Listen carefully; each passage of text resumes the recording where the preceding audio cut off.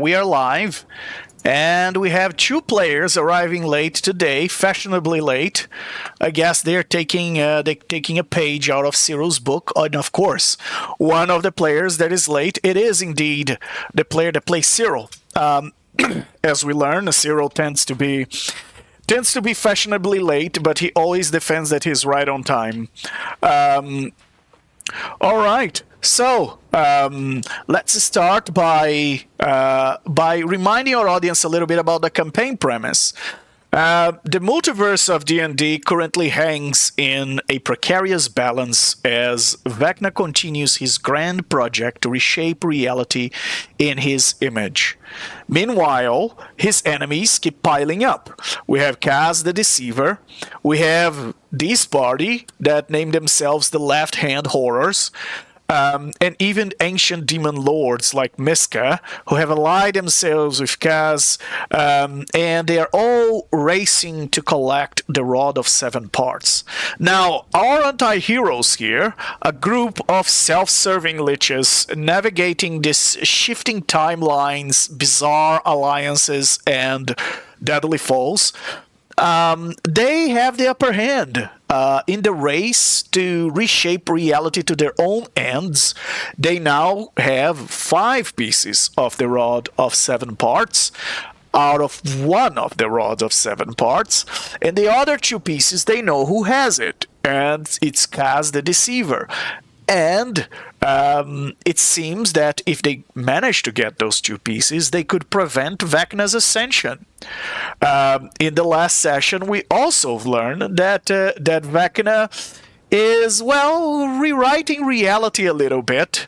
It seems that Vecna's tyranny of the multiverse now starts to advance as his master plan of rewriting reality is indeed starting to replace him.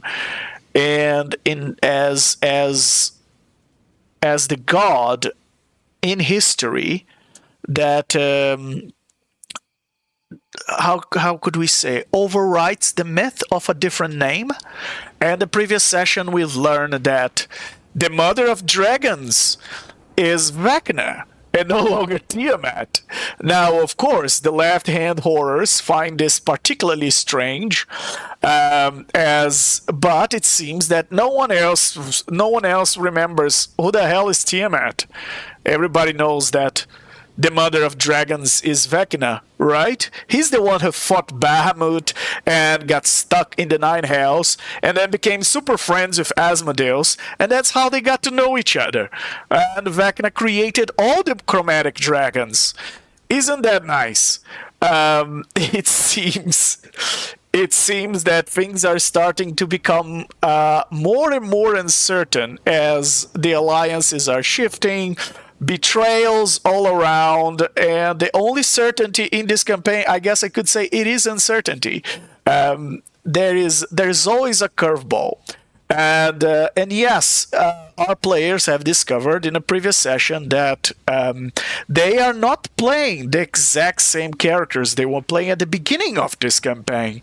As since episode 12, when Drazov joined this campaign, things have taken a strange turn when an accidental wish by Vecna has replaced Drazov by Necrolumpa in the timeline. Drazov, who was apprentice of Vecna, or a mentee of Vecna, has been replaced by Necrolumpa, and 2 timelines have merged together as a result.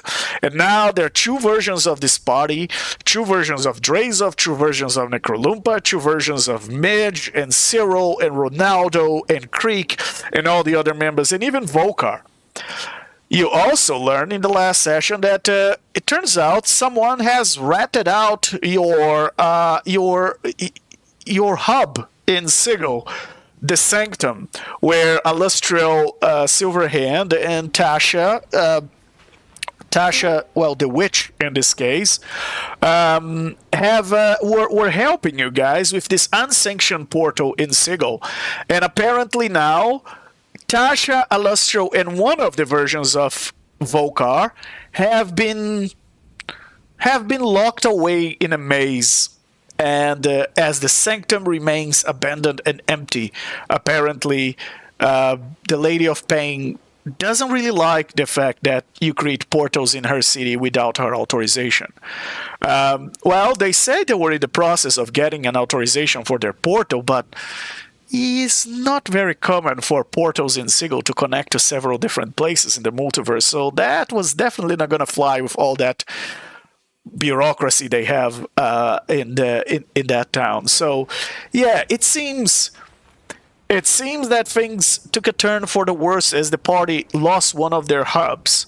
Nonetheless, in the last session, they decided that they were going to head down to the abyss, near one of the layers where Midge has her humble abode as her Lich lair.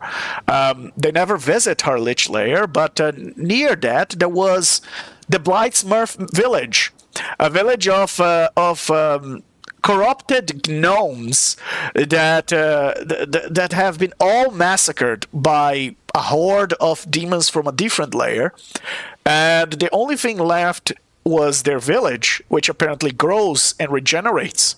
The houses are made of giant mushrooms, and in the middle of the village there is this massive crystal, demonic crystal, some might say, that empowers druidic magic to its maximum effect. It seems like the perfect place for Midge to set up an ambush. So they went there, they removed the amulets that were protecting them from divination and scrying spells and all this kind of stuff, and they prepared an ambush, and they've patiently waited. Not for long, actually. It didn't take long until Mr. Sunfall and Necrolumpa arrived. But I'm getting ahead of myself. First, let's talk with our protagonists tonight. Let's introduce our protagonists. First, we have Midge, our fungal harbinger, our circle of spores druid who thrives in the abyss, as you just heard, balancing life and death and everything in between. Midge's connection to nature, and particularly with the decay of nature in her, has proven that it's both a boon and a battleground for her, as she can manipulate nature and manipulate the terrain to her advantage, as she has shown in the previous session. Midge, tell us a little bit about how you're feeling tonight. I'm just trying to figure out who's who in this crazy world we live in, and, just wish everyone would show up on time. Getting kind of tired of Cyril, the clockwork wizard, Maybe we need to get him a new clock. Well, yeah, he's usually the one that is always late. I guess he's not a Swiss clockwork wizard. Then we have Drazov, our shall we say curious malice wizard. He's deeply curious, widely unpredictable wizard with a penchant for experiments and an unhealthy obsession with the Book of Vile Darkness. Drazov alignment is questionable at best, I would say. But I guess he has an undeniable genius side to him. So, Drazov, say hello to our audience. Tell us a little bit about how you're feeling tonight. Yes, as always, I'll restore the awkward. And I'm feeling pretty good about the way things are going. We had a very successful adventure. We broke the mind of that Sunfall character. He seemed not so well when we left him, but that is the way that I like my enemies. And yeah, so now we have we have succeeded in our venture, and we are returning back to our base. Very good. Very good. And then we have Creek, who just joined us. Creek, a College of Lore bard, who always has a tune for us. Sometimes it's heartbreaking, sometimes is a heartwarming, sometimes is just spine-chilling tune. Creek songs have a way of haunting the memories of enemies and get stuck in your head, especially now that there are two Creeks that exist. So I guess we could call the one Creek Volume 1 and the other Creek Encore. Creek, say hello to our audience. Tell us a little bit about how you're feeling tonight. Hey guys, it's a Creek. I don't know if I'm side A or side B with hearing my volumes, but both of us are here to give you some great songs tonight. Whether there's twice of us, that means there's more songs for all of you. All right, and with that, we also have Cyril who join us later. As usually, he is fashionably late. He is our chronergy wizard who is being consumed by time's flow and its manipulation. Cyril's patience is matched only by his resolve to ensure that his timeline is the one where they win, I guess. And winning to Cyril means, among other things, recovering his wife that perished in a lichdom ritual, which both of them were doing together. But deceived by Vecna, his lichdom came to a cost of his wife's soul. And, well, as a master of time's mystery, Cyril seeks to bend fate just a little bit in the party's favor, or at least unravel Vecna's plans before it's too late as a payback to that Lich. Alright, so when he arrives, he can say hello to our audience. As I was saying about what happened in the last session, we had our party visiting the left-hand horrors, have ventured into this poisonous Blightsmurf village, deep in the abyss, only to find it reduced to carnage.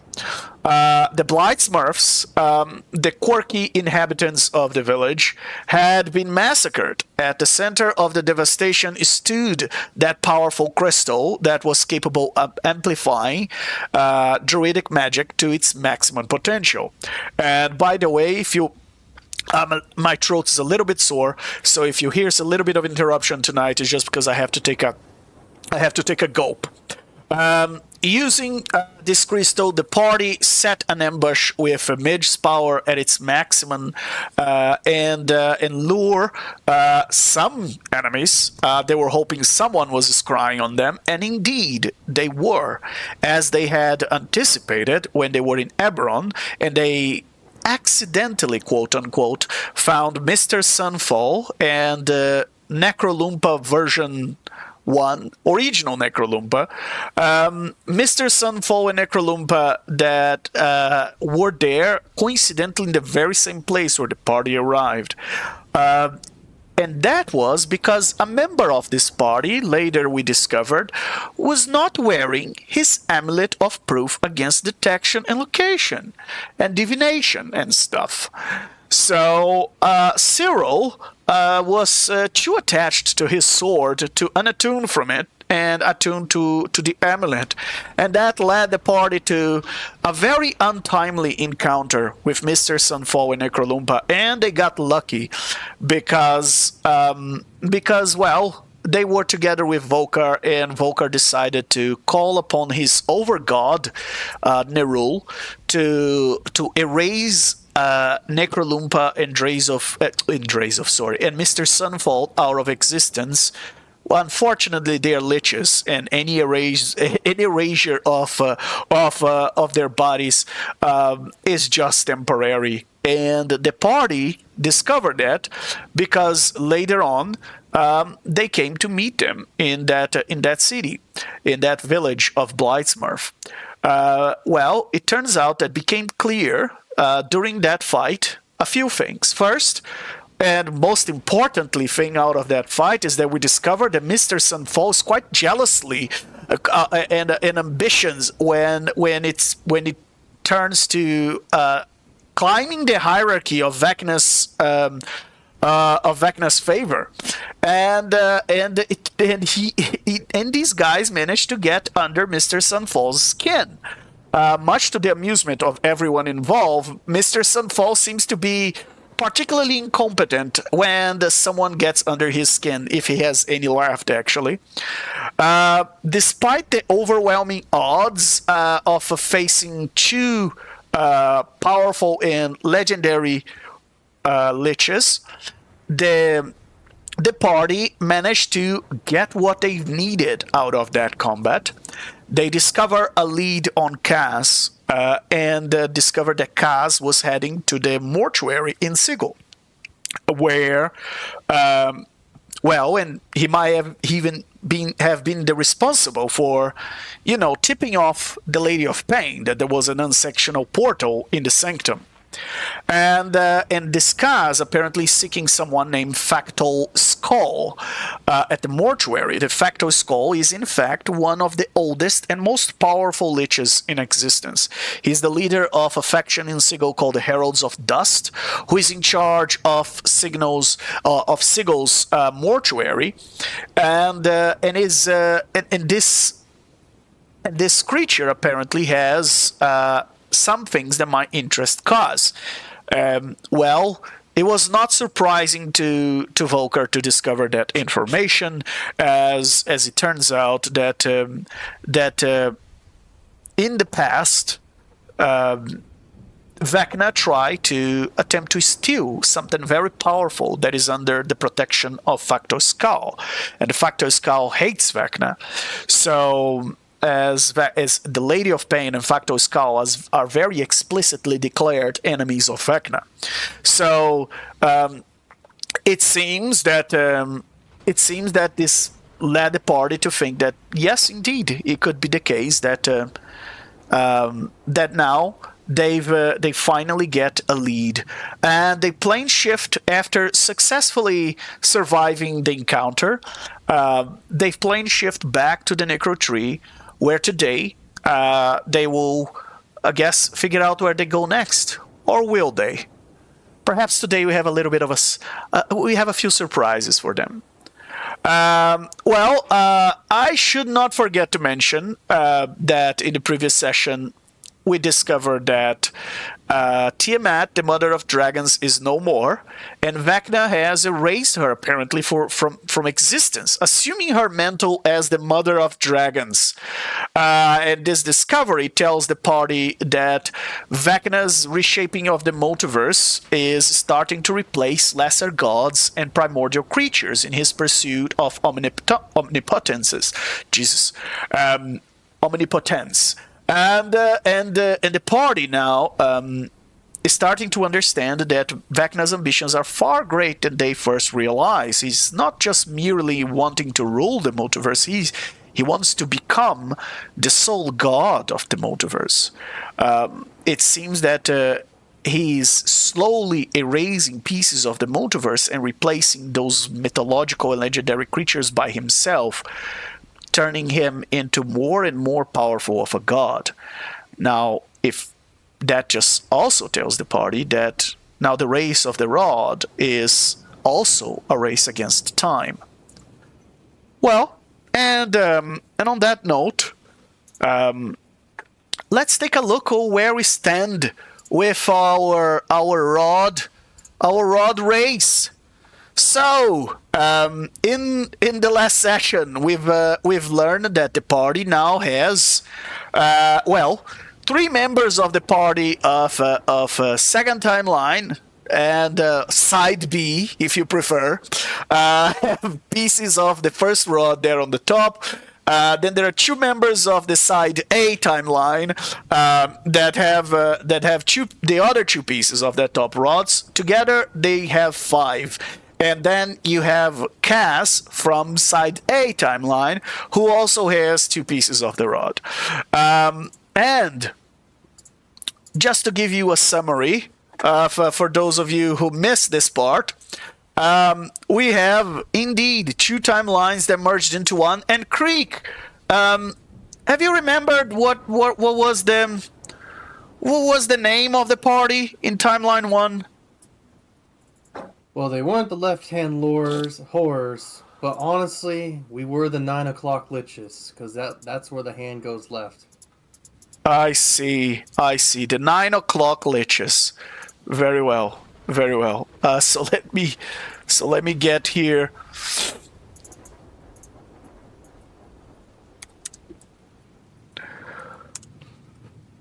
All right. So there you go. You have the 9 o'clock liches, which are the original timeline, and congratulations on finding that after 3 sessions, Creek. As you named them and then forgot about it. I'm starting to become like Vokar. Yes, indeed. Yes, indeed. His influence.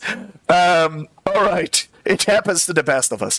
All right. So, the 9 o'clock liches were up to episode 12 of this campaign, from the perspective from where we were telling the story. And then we started to tell this story from the perspective of the left-hand horrors, which are this party, or some of the members of this party. Then, after Vecna gave his weird accidental wish, this party started together, and now they have 5 pieces of the same rod, and they wanted Kaz. Kaz is now a most wanted, as he has the last 2 pieces of the rod this party needs. And there you can see that this party is indeed carrying different pieces of the rod and different versions. And it seems that, yes, that Vokar is gone, is in a maze, so somewhere. So now we only have 1 Vokar. This Greek was gone until some time ago, and then he'd show up and last session, and he had no gear, and that was not very helpful. So let's see what he does now, if it is him this session. And yes, it seems that things are starting to get the winds are starting to change in your favor. So on that note, let's cut to the mortuary of Sigil, where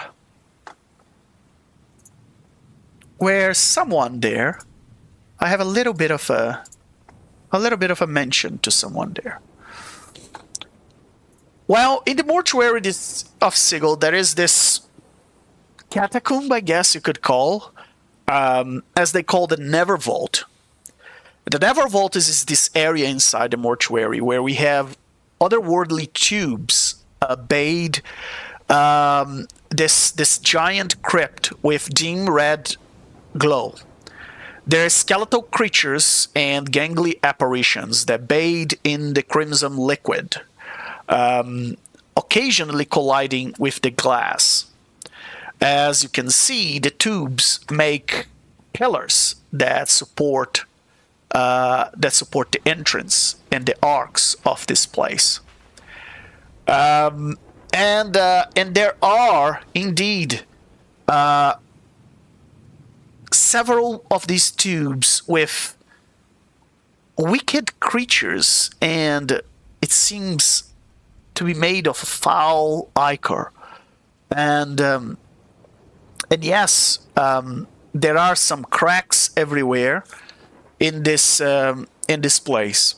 And why am I describing this? Because a member of the party is currently there. Turns out she was coming back from her mission to tell Vokar that she couldn't really get a piece of the rod from Miska. Turns out that unexpectedly she couldn't find Miska in Pandesmos, and the place is a war zone, is a mess. When she arrived at the sanctum, she got a glimpse of someone leaving the mansion, and she found particularly strange. She decided to follow them. She had never seen that person in the mansion. He seemed like an old wizard dude, bold, and yes, she took a look inside, saw no one, and decided to follow this person.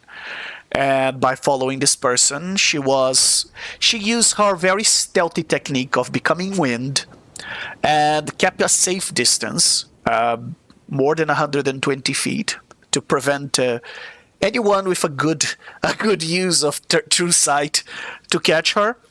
And she followed from a distance, and that made her quite easy for her to enter and follow this creature. Following this creature led her to the Nether Vault, and when she entered the place, not to her surprise, the one that she encountered was Kaz.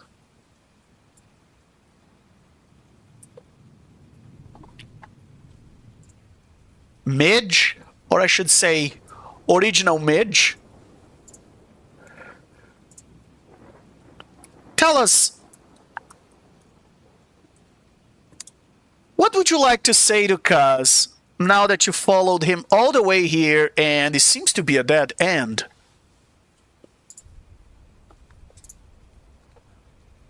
Huh. Ha!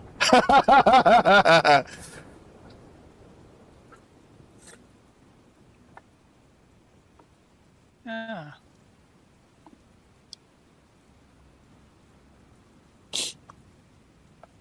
Well, looky what we have here.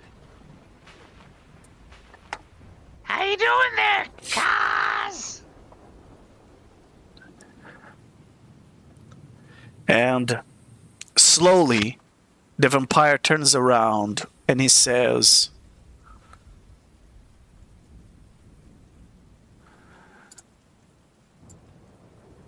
"Well, I guess at some point you were going to come after me. It was inevitable. I was expecting Volkar. He usually tries to deal with me himself.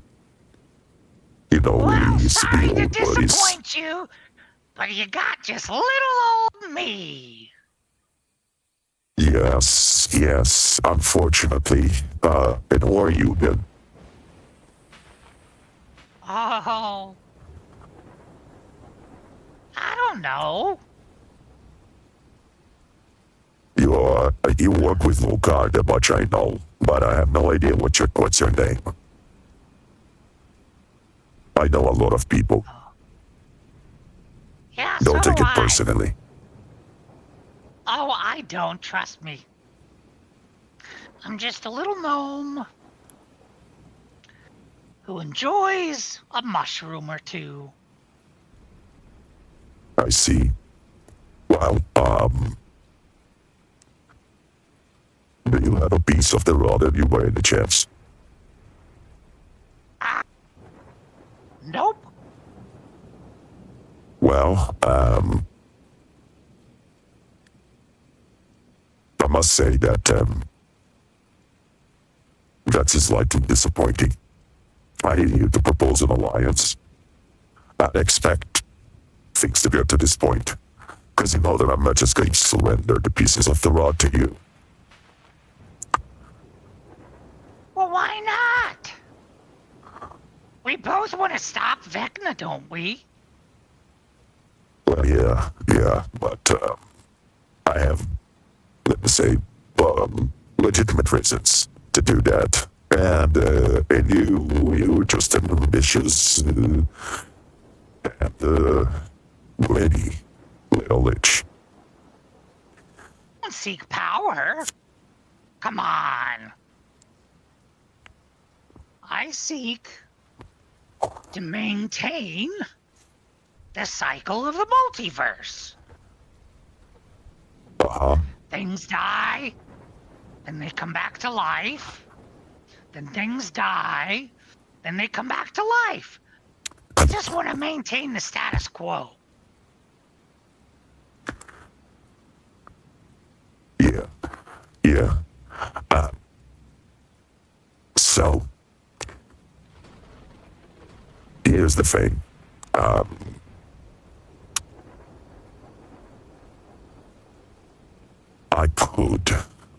could send you to a maze right now.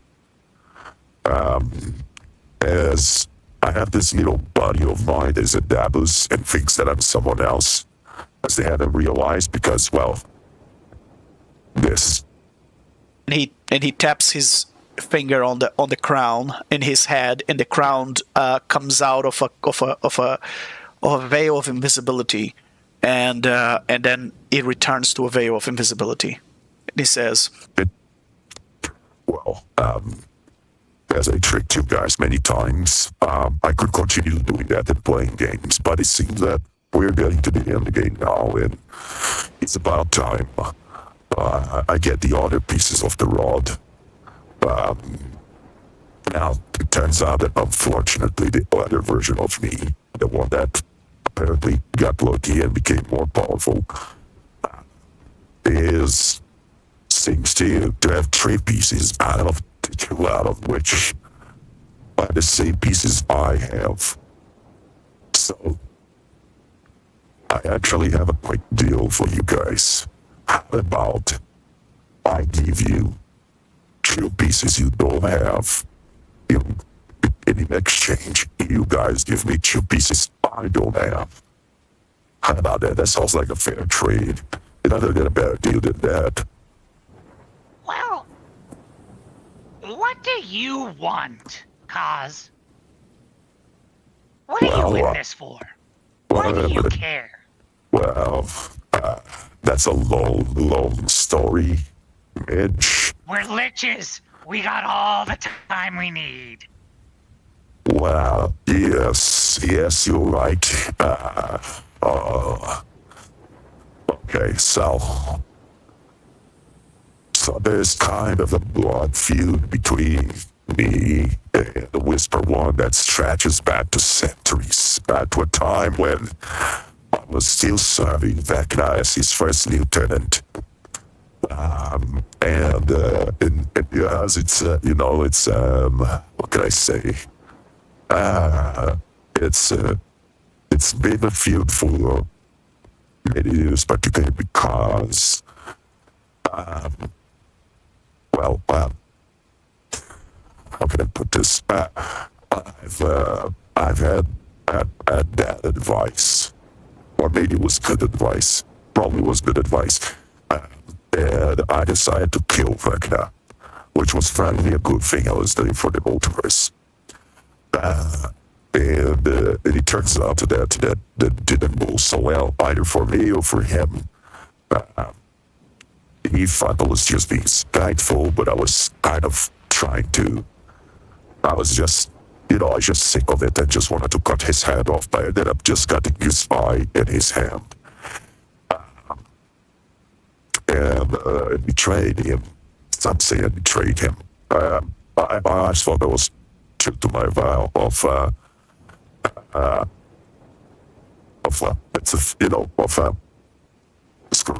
screw everybody over. And the betrayer, which was the Bane, the bloody-handed, the destroyer. So I was just being true to my titles, actually. Anyway, so a little bit of this, a little of that. Long story short, he got really angry at me. I was reborn thanks to the dark powers in the domains of the dread as a vampire.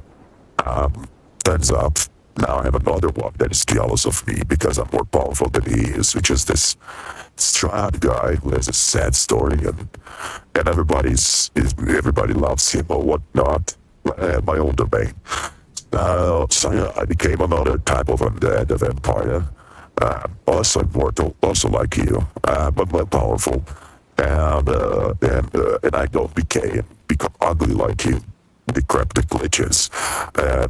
It's like I'm a loyal version of an undead. I'm unlike the top tier apex predator undead. And since then, since that fight, I have that feeling of I've had a feeling of you didn't get closure. You know, something is you something's incomplete. I've been trying to complete that. You poor thing. I know. Don't feel too sorry for me. It's Oh, I don't. it is unfortunately part of the. It is unfortunately part of my sad story. That is indeed part of what happened to me. I was in my unrelenting pursuit of the destruction and vengeance. I kind of got in the way with Vecna, but I wasn't powerful enough. Now the good news is that there's another version of me that is very powerful, even killed a god, and slashed the god in several pieces. And that version of me, I think you've met, didn't you? Because it mentioned to me that you've met. Now, I have no idea how two versions of me exist.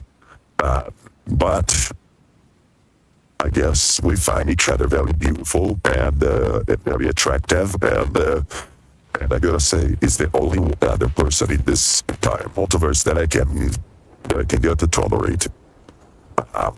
And I must say, some people might call me narcissistic. I just find it reasonable that it would. Who wouldn't fall in love with me? Of course. Oh, of course. I mean, look at you. Yes, indeed. So dashing, and us poor liches, we have to worry about our skin falling off, and oh, you poor thing. You know, you say you don't want sympathy, but I just hear wah, wah, wah, wah. I mean, you're even jealous of yourself. I mean, Hey. you're pitiful. It's pitiful. Well, I'm not jealous of myself. I'm more passionate about myself. I think that's the right word. You're jealous of the other version of yourself. You No, said it's he's more amazing. powerful. Have you seen? He's amazing. But it'd be like him at some point. I can't quite explain what the hell is happening. What's it like to be second best to yourself? Well, I would say we're about tied at first place. You see, because that version of me is dangerous in a different way than I'm dangerous. Oh. Okay. But you said the other one was more powerful than you. Oh, yes. The other one is indeed more powerful in the sense that, well, I guess it's a good thing I'm not a demigod, because if I was at the level of a demigod, I could have come to Sigil and try to cut a deal with Facto's call. But at the same time, I wouldn't be able to send those stupid witches to amaze or invoke her with them. That was just the cherry on top. Yeah, I guess without Volca, you guys kind of lose the purpose, right? You don't have a patrol anymore, and anyway. So yeah, well, you see, a version of gods has a blast sword, and a version of gods has a blast crown. And I'm the one with the blast crown. You know what's fun about the one with the blast crown? I don't know. A mist surrounds his body, and suddenly, standing in front of you, Midge, is yourself. And she says, Well, I guess you would understand, right? A blast crown is a very powerful thing, and now I can kill you and take your place, and then I take all the other pieces of the rod from the other members of the party, and I get everything done. I mean, it seems like you should take the deal while you have the chance. Now that's flattering. Didn't think you could get any better looking, but look at that. Oh no, this is the perfect version. You are the copy.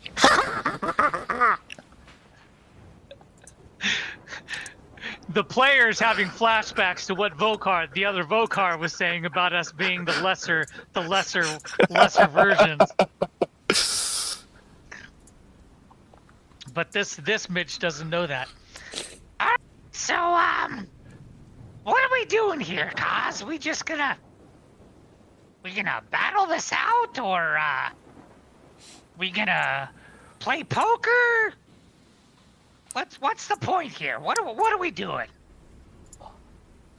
Well, I guess there are a few ways we can solve this, but it seems that a diplomatic solution is the best one.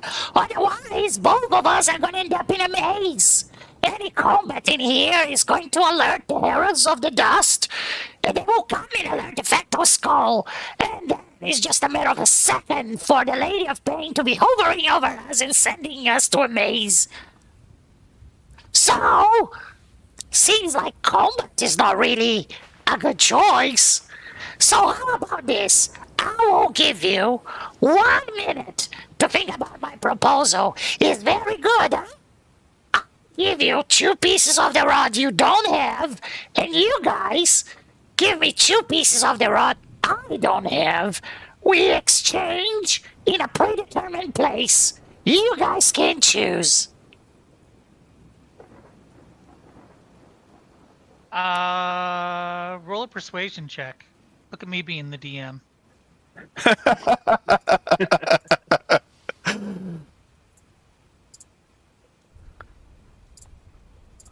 Out of character, I'm just gonna say. Oh my god! I'm going to snapshot this because there is absolutely no way you're going to believe in this. Okay. Oh my god! This is absurd. I'm gonna put it here because I gotta show you this or you won't believe me. 47. It's in the in-character chat.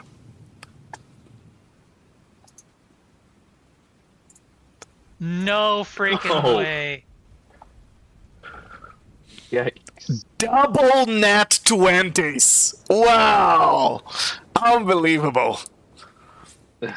I guess, Midge, you get inspiration. Or at least one of your versions does. Well, Midge is gonna roll insight. Gotta be a double nat 20 to beat this. No, I just gotta beat one. I just gotta get a nat 20. I mean, I don't have advantage on it, so All right. that's close. 29. Very well, Midge. It seems like a good deal. For all you can tell, the other Midge. I mean, I beat your 28 though. Unfortunately, that doesn't count. Nat 20 is a nat 20. Wow, unbelievable. Double nat 20s. All right. I wish I could make this visible to you guys, but it can't. Once it rolls as a DM, it stays there. Yeah. All right. Maybe something for Roll20 to think about as a future feature. All right, Midge, you sound not just you look beautiful, but you also sound quite reasonable. I mean, that sounds like a good deal.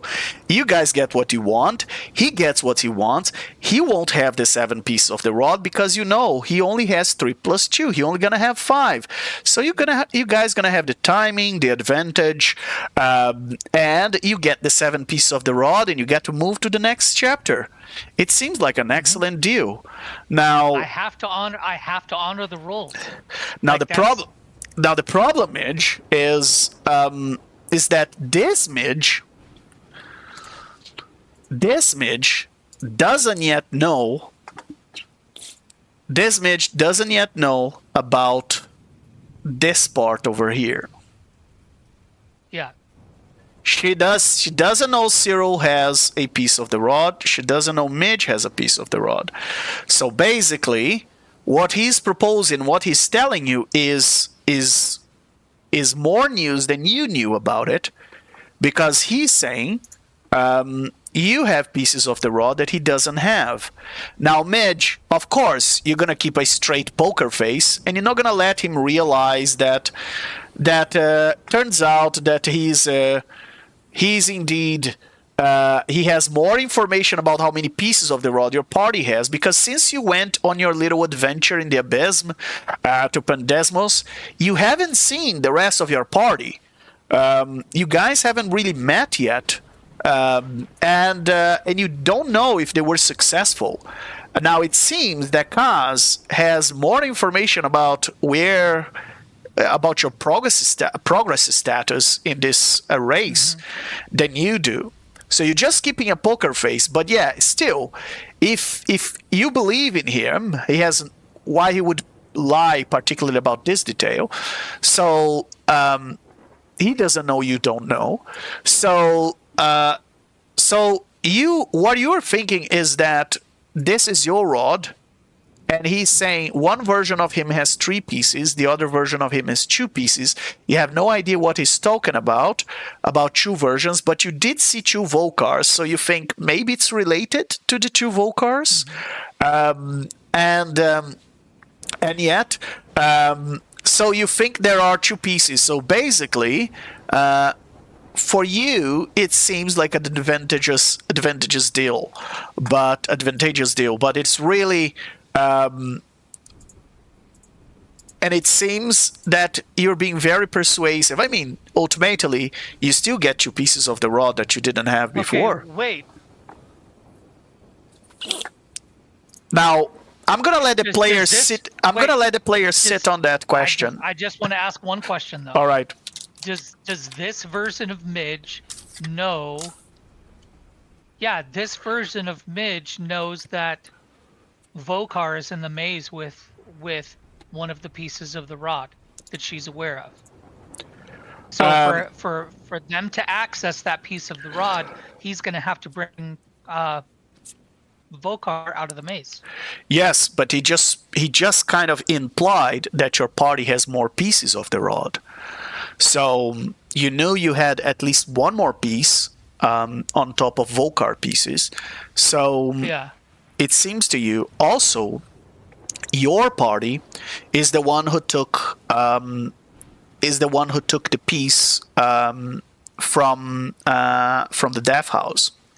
From Strahd. Yeah. Yes, from Strahd. So okay. You have that piece, you have Volkar's piece, the piece that is with Creek that you know, the piece that is with Volkar, and you have another piece that is with Necrolumpa. Those 3 pieces. You lost one, you have Necrolumpa and Creeks at least, but if your party was successful, you might have a 3rd one. Okay. So I'm going to let you sit on that deal and on that question. And let's cut back to the Necro Tree, where 2 Creeks, shall we call them Side A and Side B, since you dubbed yourself Side A and Side B? Side A has Landro by his side, and it has a piece of the rod. Side B died from a comet crash, has no pieces of the rod. It doesn't even have a bloody instrument to play with. And well, I seem to have not much to do here, so I'm just gonna let the player role play this. Good luck. So just making sure here. Volume 1 is side A and volume 2 is side B, right? Yeah, you can refresh. You can refresh on your end. Yes, volume 1 is side A. Yes, as you just redubbed it yourself. So I'm gonna put it. I'm gonna in the character sheet there. Volume 1 is side A, and the one you were playing was side B. The one that has the piece, the one that has no piece of the rod, and was crushed by a comet. as you see side B is just playing a tune, like, oh, cool! Oh, look, it's the other me! Just like there's two vocars! And then, like, Volume 1 just looks at Landra and go like, Landra? Is this a prank? Who is this? And Landro turns to him and say, Well, clearly, this is the other version of yourself from the merged timelines as explained by Cyril in his exposition of theory about the confluence of two timelines together. It seems that according to him, the two timelines might be just about 10 minutes apart, which leads us to the inevitable consequence that at some point you will encounter the older version of you. As I understand, this version has been less fortunate as it had been crushed by a giant comet. Volume 1 will make sure not to let Volume 2 know that he has a scroll to comment on him. Alright. Thank you, Landro. I gotta ask, do you want to call them Side A and Side B, or Volume 1 and Volume 2? You know what? I'll stick with consistency, Side A and Side B. Alright. So, Side A is going to walk up to Side B and go like, oh, okay, that's the other you. I heard you had such an unfortunate story. How was it, resurrecting again? It just felt like a roller coaster of life. Our friends, they're just haunting us every time we die, reminding us how much we're failing in our plan that we've been stalling. Yeah, I know. Besides, I hate it when I die, because I have to figure out some way to sing a beautiful song, and then I gotta keep telling them I'm gonna try again and all that. Yeah, I know! It's like, I thought I was the only one with that problem. Honestly. Like, seriously, I thought no one else could ever relate to me. Yeah. Speaking of which, I didn't ever think there'd ever be a second version of me. You know what I'm thinking? Yeah, I know what I'm thinking. And then both of them get a pen out and says, "Can I get your signature?"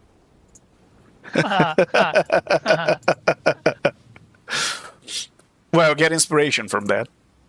Which one? Whichever you want. They both got inspiration. I give it to someone else then. Very well. Anyone else needs inspiration? Nope. I guess not. This is a very inspired party. Well, as the Creeks, both sign the guitars, it says, you know what we should do? Yeah. Oh, we should do a duet. And then they'll, like, spend some time, like, writing some music for a second. I'm sure the others are fine. As you see here, the Creeks are just, like, writing sheet music, and they go like, no, you gotta make it go on a third and a fifth. It doesn't go better when you do a second and a sixth. But Look at you actually talking about music. It says, well, this one's gonna be a bit staccato, and then we'll speed up around this part for the chorus. I don't like that word. We could probably use a different word. You can't rhyme left with right. You're right. Oh, wait, I mean you're left. And they just, like, keep going back and forth on sheet music. What's Landro doing while the Creeks are working on a song? Landro is recording this insane conversation, as he's also learning a little bit about music, he thinks. Alright, and after some time, the Creeks will have a song, and then both of them will go up to Landro and go like, hey Landro, we got a song for you. Yes. Should I make myself scarce? What? You said you want to learn all sorts of things, and you know how powerful music is? Music can be uplifting, and it can reach an audience. Do you have dark secrets in this music? If I play the music backwards, will I summon a demon? No, not this song. Though I don't know many songs that summon a demon. I don't know what your affiliation is with backwards songs, as both Creeks look at each other like, suspicious, like, worried a little bit. So if you both play the same song together, is that going to somehow make you to collapse into a single version of yourself? Well, normally, I don't know. Hey, Creek. Yeah, Creek. Give me a high five. Are you sure about that? Yeah, just do it. Don't worry. We'll resurrect in case something happens. Well, if this creates a singularity and your bodies are destroyed, it might as well erase everything that exists in this reality about you, because a singularity would be, how can I put it in mundane terms? It would be a kind of erasure of or deletion of any knowledge or history of you. Can I make both Creeks do an intelligence roll to see if they understand that? By all means. Alright, so side A. Yeah, cool, Andrew. Cool, Andrew. And side B. I don't know what he's talking about there, buddy. Honestly, I don't see the harm in a high five. And both the Creeks will just high five. And as you high five, you feel the forces of the multiverse colliding. And as you give it a high five, that echoes to two timelines, and it sounds really cool. And that's about it. How do you feel? Do either the Creeks feel different? I feel like I could have taken about 300 steps away from this high five before you guys done it, and I feel stupid for not doing that.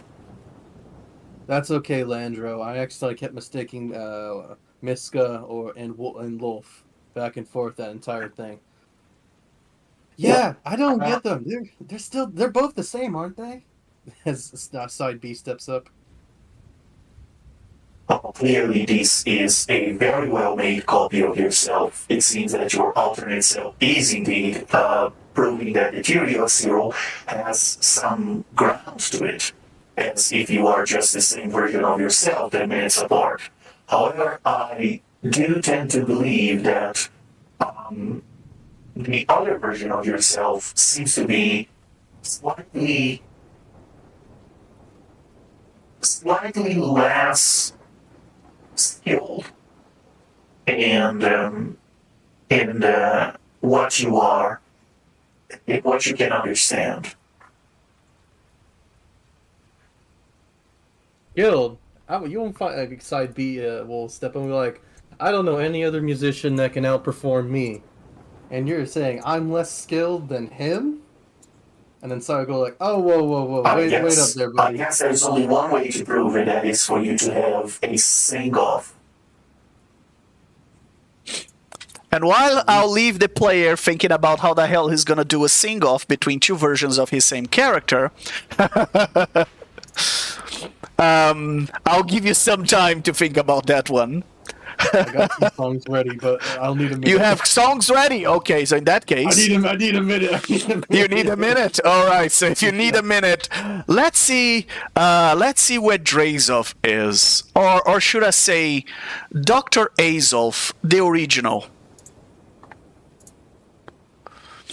Dr. Azov, you are doing your arcane studies in your massive eldritch-looking laboratory full of glowing weird lights where you study all sorts of forbidden knowledge things and archaeology and you have, well, you know, all sorts of experiments you do here, and with all sorts of different creatures and so on.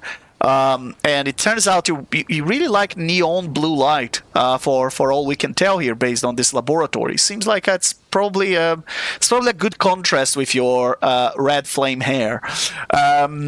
As you are studying in your laboratory, yet another fossil of an eldritch creature that was forgotten long ago and no one knows how to revive, but perhaps you can. Dr. Azov, the original, you see Mr. Sunfall and Necrolumpa yet again coming to disturb your focus while you are trying to work in your research.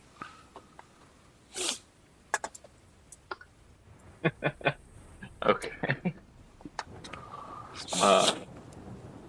Oh, in this version of yourself, you are a mentee of Vecna. Alright. Good to know. And why do you disturb me at my work? You see, we have discovered a few things that you might not want us to tell the boss. And we came to discuss with you out of courtesy. But of course, we already told the boss. Oops. And again, why do you interrupt my work with these trivialities? So, we've met this group, and turns out there's like a clone of you walking around helping to undo the objectives of the Whispered One.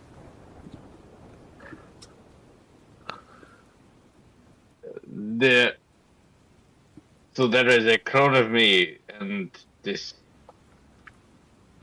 You think that this is something that warrants interrupting my studies? Well, yes, because the Whispered My One, research. the Whispered One wants you to, how can we say, clean your own mess? Ugh. So tedious. Well, Ugh. if you need help because, you might not be as skilled as I am, I could definitely help you. Of course, I'll take the full credit for whatever it is that you do, and I'll talk up to the boss as I kiss his ass in order to climb in the hierarchy of the cult. Sunfall, I will never need your assistance with anything. Ever. You are despicable. Oh, I know. Thank you. You don't have to. Spare the compliments. I'm literally just trying to help for my own benefit. Yes, I understand that, and I need no assistance from you. I will never need assistance from you. You may return to whatever wretched pit you crawled out of. I will handle this myself. As tedious and trivial as it is. Well, Yes, I will handle it.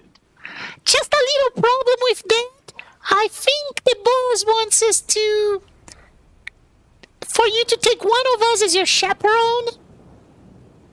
Because he doesn't really trust you that well now that you messed up. Yeah. So, as I was saying, it's better if you choose me because I'm clearly the best one among the three of us, and the boss clearly likes me the most. He's so incompetent he couldn't cast a single spell in the encounter we had with you and your other Lich friends. Well, that was unfortunate because you kept distracting me. Yes, that was what happened. I kept distracting you. Yeah, very well then. If Vecna insists, then, I will accept the, assistance of Necrolumpa. Because Sunfall, you are just you are useless. Well, you are utterly beyond contempt. Go away. Well, your jealousy makes my day. I mean, clearly you hate me because you feel threatened by me. So I'm just going to leave you with. Oh, and by the way, that's not the real Necrolumpa. That's her simulacrum because she doesn't think you deserve the real her. So she sent a copy. But you probably already figured that out. Good luck. Yes, and yet she is still better than you.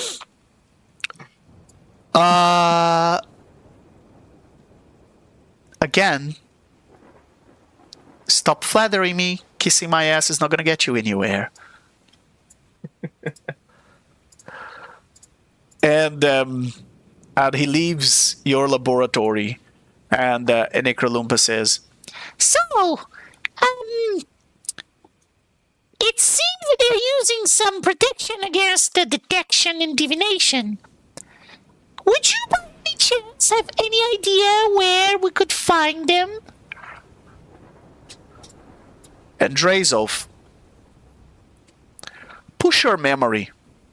Push your distorted and contorted and fractal and time injured brain to try and remember something that doesn't belong to this version of you, because you are the only character in here that has any recollection of two timelines. Unfortunately, that's a two-way street. This character also has sometimes recollections of a different timeline, of a different version of himself. So what am I rolling for that? An intelligence check. Just flat intelligence? Just flat intelligence. Alright. Oh. Darn.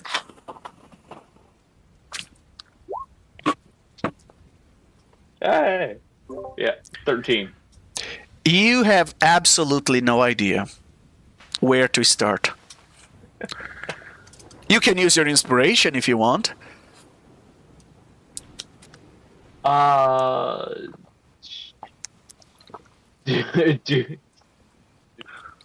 Yeah, what the heck? Let's roll that again.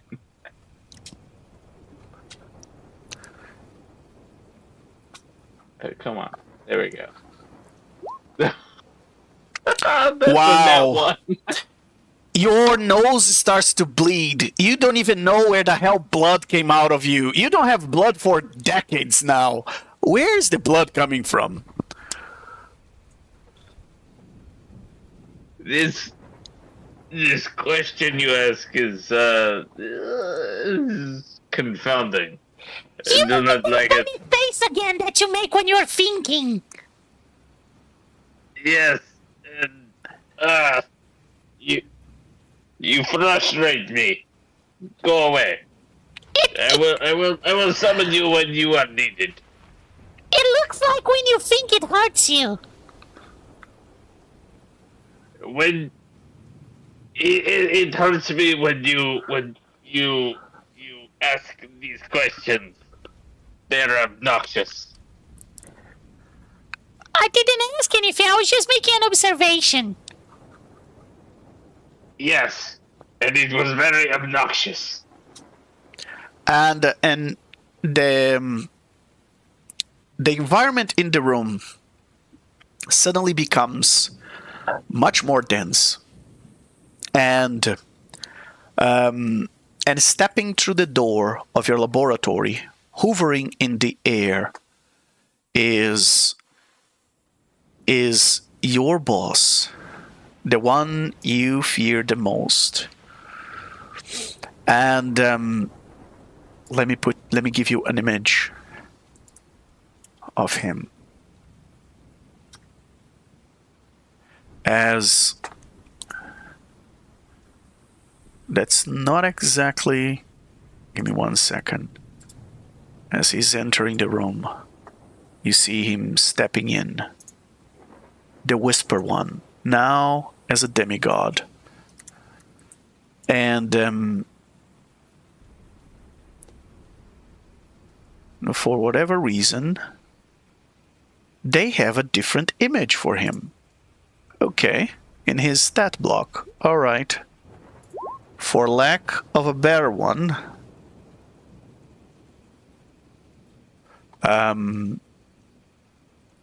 Okay. For lack of a better one, the version of him that I'm trying to show you is one that carries a crown that is no longer the Archlich version, but I'll put in the in-character chat. Or, let me see the new... There you go. Can you guys see that zoomed image? No. Can you see the zoomed image or not? The image that I'm seeing is Yeah. the one with the like hand in front of the face. All right. So, I've put it in character chat. This is how he looks like. Oh, Yes. yep. See it. All right. So, as he enters the room, suddenly the both of you stop bickering with each other, as you are. And if there is one creature that terrifies you, is this one. Be out of respect for his knowledge, or for whatever other reason it may be. You think that Vecna is the one creature that makes you shut up when you enter the room. Well, he enters the room and says,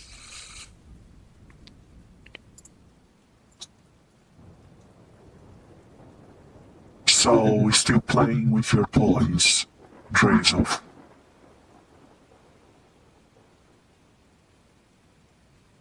Apologies, my liege. I was merely trying to further your works. And how exactly are you doing that?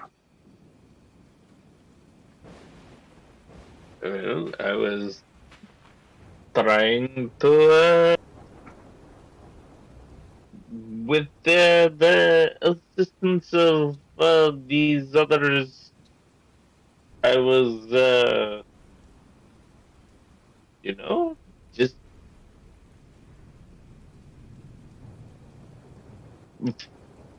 working on advancing your interests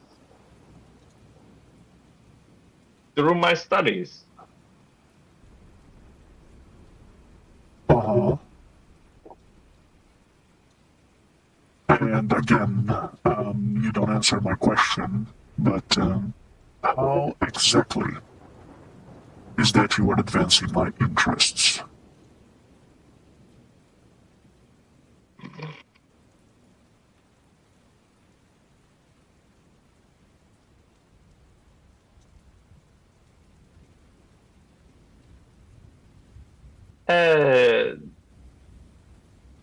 Sorry, go ahead. I said nothing. Yeah, Cyril was saying something. I thought. Nope, not me. Oh, I'm bad.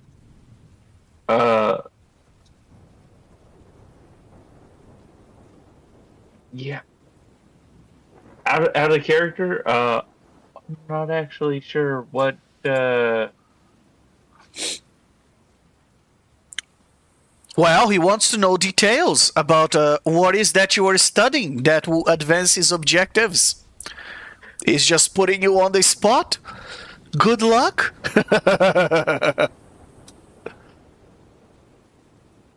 okay.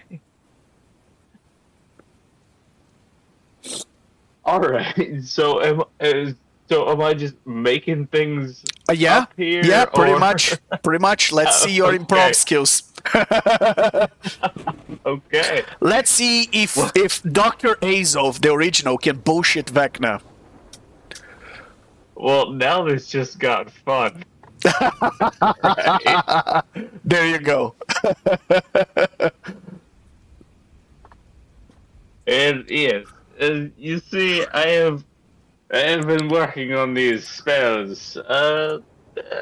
they are a little bit on the unorthodox side, but you know they are good for cleaving body parts from your foes. They are good for turning cleaved body parts against your foes. They have many uses, and they will be useful to you and to your armies as you seek to eradicate life from any number of planes. Very well. Please roll your. Please roll a bullshit check. Is that performance or persuasion? That is deception. Oh, okay. Oh, shit! Yeah, I got a +7 on that. That's a dirty 20. Very well. Let's see what the Lich God rolls as an insight. Can he beat a 20?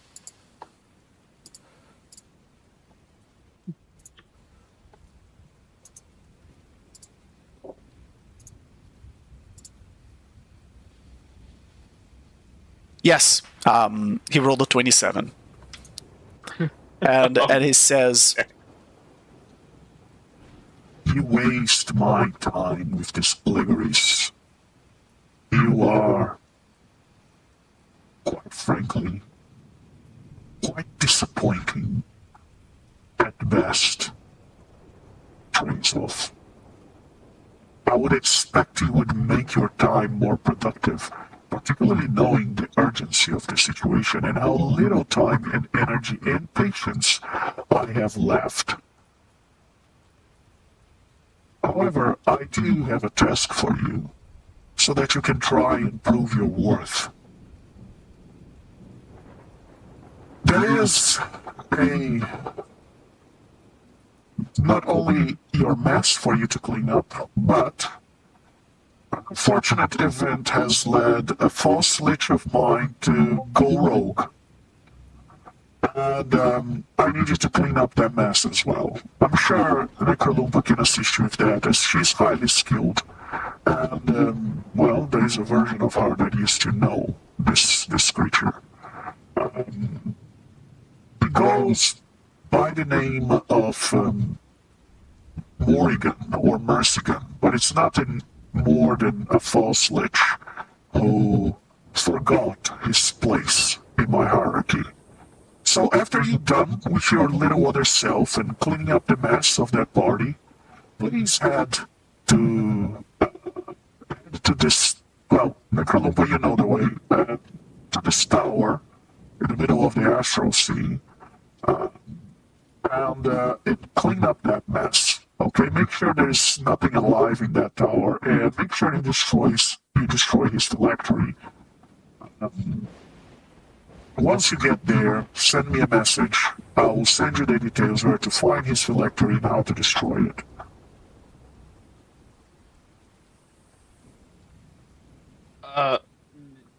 So you want me to first go and hunt down my doppelganger, and then go hunt down this other false lich?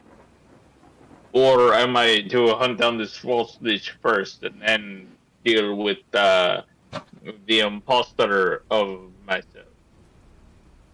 We'll deal with your imposter first, as I hear they are on the brink of finding something that can be troublesome to our plans. Although I don't consider them a threat, but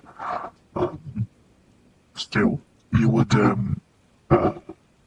do well by cleaning up your mess, and once you're done with that, you can head up to the other. And if you are good in cleaning messes, perhaps I'll give you a chance, and I will I'll even let you read a page, one page, of my work. That seems like a fair exchange. It will be done. Excellent. And just like in a blink of an eye, a small rift appears and Vecna vanishes. Sounds like we have a lot of fun ahead of us. Yes, your voice is like nails on chalkboard. I know, it's part of my charm. Yes, it is. It's quite charming. Ugh. And Let us be about our work. and she says, First, I have no idea where to start. Where would you go? After all, he's like your clone, right? Oh! Perhaps he's a different layer than you? Do you know where your phylactery is? Perhaps we can destroy that one first. That will save us a lot of trouble.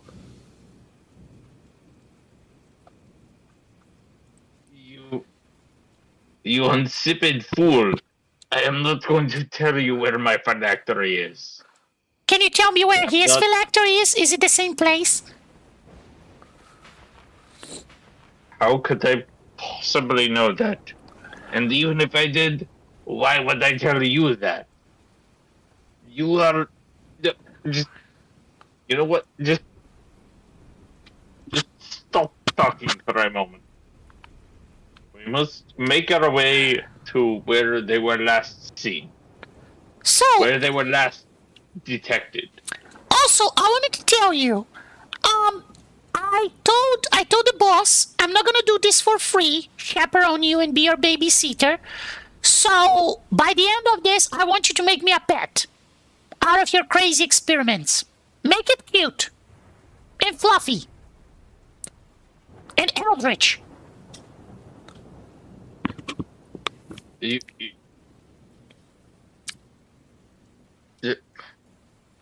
You want me to make a pet for you that is cute and fluffy and eldritch?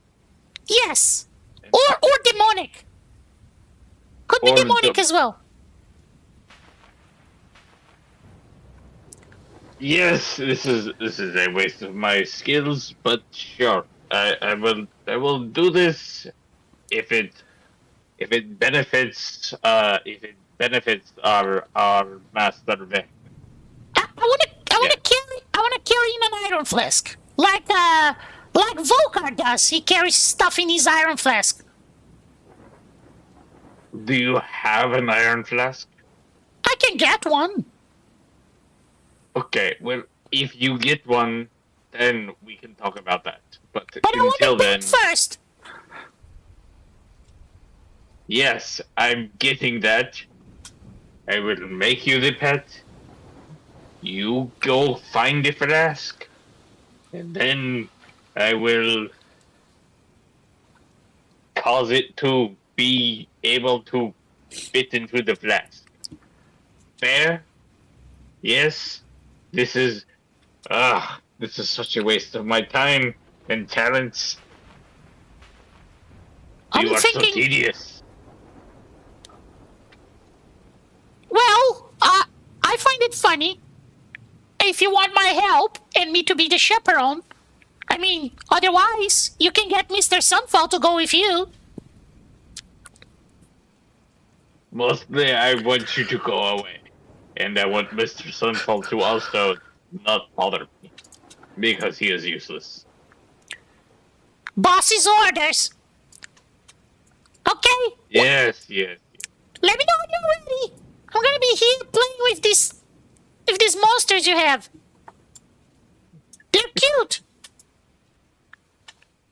Look at this one, it glows. Wow.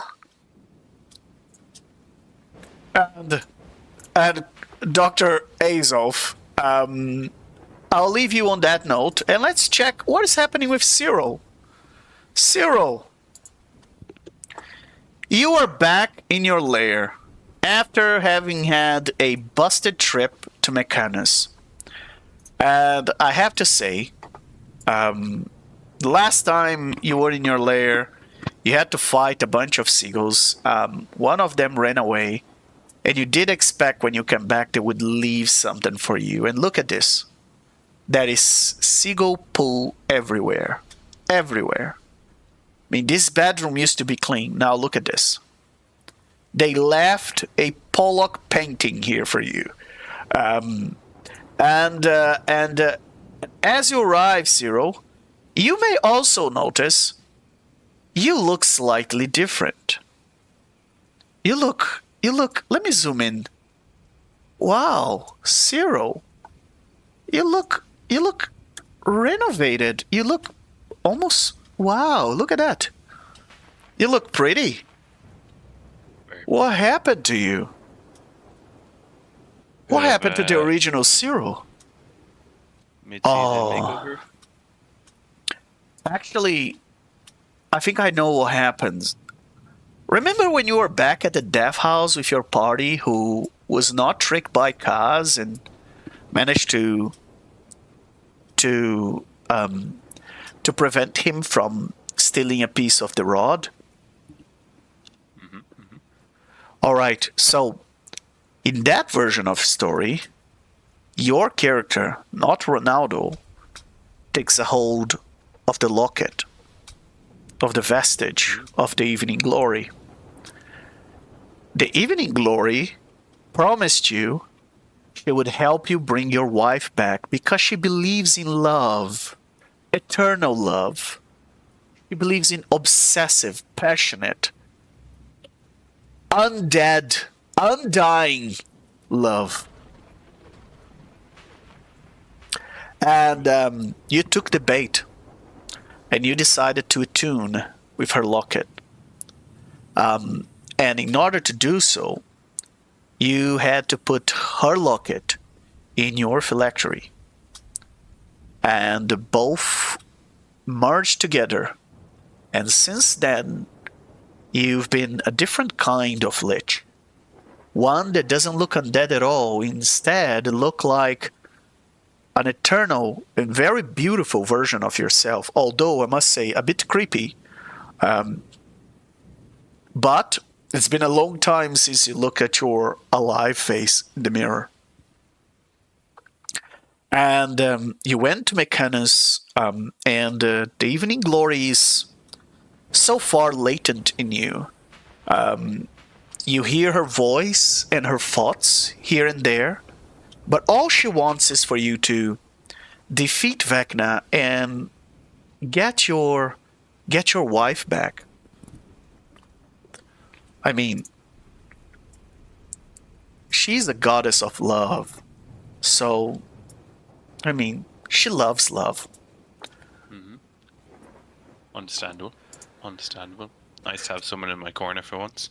Yeah. Yes, indeed. Yes, indeed.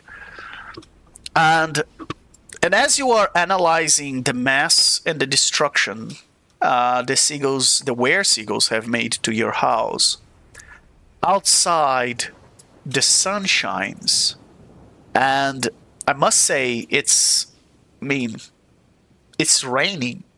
You can hear the thunders. What is happening? You just suddenly see that radiant light coming from your window.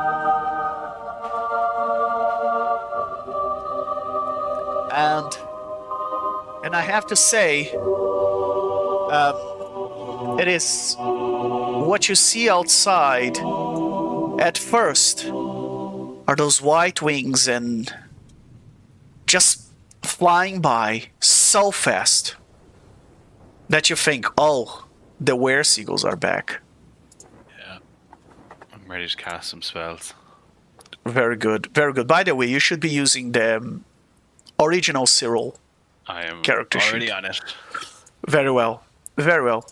And as you look at as you look at the window, waiting for that creature to come back, what appears to be landing on your roof is this huge, angelic looking like seagull carrying a trident. Now, that looks like a celestial champion if there was ever a definition of one. Mm-hmm. And he says to you, Hey, you've been attacking my community. You've been attacking the skies. I've been waiting for your return for quite some time. You've been a bad lich. And your people have rudely trespassed in my house, vandalized the place. I was doing nothing but protecting myself. You're consuming the souls of my people, and they came to avenge themselves, which was their right. You are a foul creature, a lich, from the depths of evil in this multiverse. But I'm here to atone your soul and end this once and for all. You have met my people before, but you have never met me. I am your worst nightmare, Lich. I am Steven Seagull. I am Cyril. Nice to meet you. I don't know about worst nightmare. You obviously never met my wife when, I forgot to take out the chicken from the freezer or forgot to do my chores. That is quite difficult. I love her, but quite difficult nonetheless. You, my friend, I'm not looking for a fight here. I'm merely here to clean up the mess that your, quote, people left behind. Oh no, it was not my people, it was me. I made sure that I spent 2 days pooping all over your place. In that case, this is something that I'll need to clean up purely from you. Congrats on an immense amount of feces. Very impressive. Well, it was 2 days after all. But yeah, you're not gonna clean up this because you're not gonna be. I'm here to destroy you. I don't know if I made that clear. Is it clear? Not really. Could you maybe say it one more time? The skies are in danger, and you've been attacking my people, and I'm the angel of vengeance that is here to shove my trident so deep up your ass that is going to tickle your phylactery. Okay. A little bit aggressive. Not really called for. Just trying to do some housekeeping. But I mean, if it's a fight you're after, I suppose it's a fight you can get. But how about this? We nominate champions. You are obviously your own champion, and I'll go on my way and get a champion that'll fight for me. That sounds like a coward's way of solving our own problems. I understand how that would come across. Okay. Are we doing this now, or are we going to wait? I've been waiting for you to return for some time now. I was hoping you had a change address. I'm glad to see that you were here, otherwise all this pooping would have been for nothing. I get you. Okay. Can I maybe get my friends? Celestials and me don't really bond too well, but... Well, you can get a weapon, or your staff, or whatever you think you need before I kick your ass. Okay. and you can click on your token and roll initiative, Cyril. Do I have anything cool in my phylactery that I can pick up? You have what? Do I have anything in my phylactery I can pick up? Anything in your phylactery? Oh, that's a nat 20. You get inspiration for that.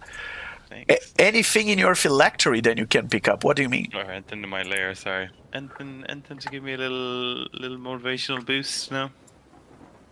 I don't know. What kind of stuff do you keep in your lair? I don't know. I don't know. I don't know what original Cyril would keep, you know, it's quite difficult. Well, turns okay. out it's the same lair.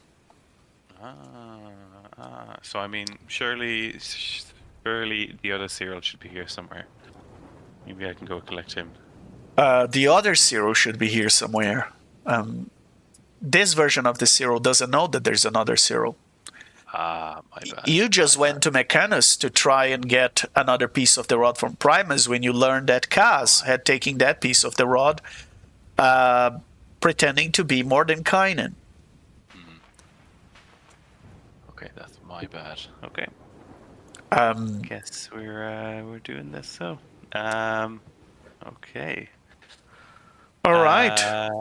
So Cyril, you're the first one to act. What would you like to do? Right, if he's celestial, I'll assume he has legendary resistances. So I will begin with casting Crown of Stars myself. Excellent. 8th level. And as my bonus action, I will shoot a mote at him, Very well. which will be a measly 22 to hit.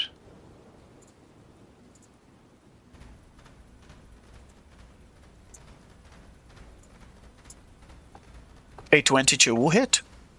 Solid, nice. And that is going to be 35 points of damage. Very well. What kind of damage? Oh, it is radiant, which I just realized probably is resistant to. Yep, 35 points of radiant damage. All right. What else would you like to do, Cyril? I'm gonna move my 20 feet. My massive 20 feet. We're over here. Just a little bit further away. And yeah, that's me done. I'm ready to be smited. So you are falling, you mean? Because this is about 50 feet high. You're The tip. Okay. In that case, I would stay exactly where I was. you're on the roof. You're on the I'm rooftop. on the roof. Okay, Yeah. okay. My There, bad. these beams are at the same level as you, but everything in between here is empty space. I get you. I'll just end my turn there, so thank you. All right. As a legendary action, Steven there he goes. Steven Seagal is going to release a blinding gaze, targeting you as he approaches you, flying inside your rooftop, and he releases a blinding gaze. As he releases that blinding gaze, you've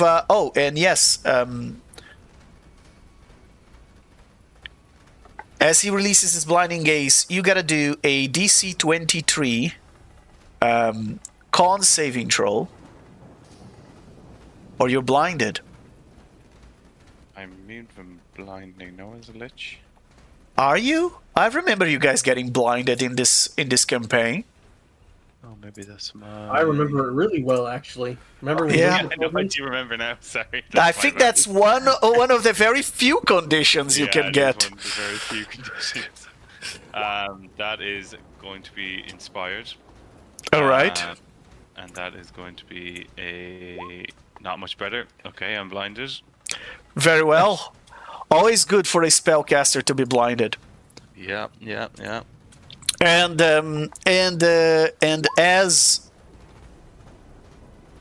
Steven Seagal blinds you with his legendary action by releasing this burst of radiant light that looks like sunlight that marks your eyes and burn your magical eyes for until you are able to recover. As a bonus action, actually, he's going to attack you.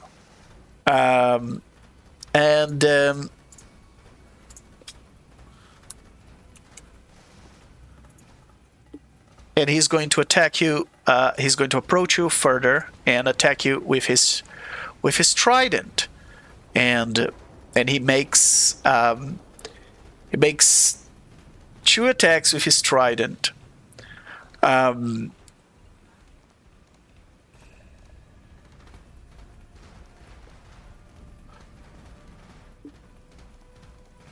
Very well.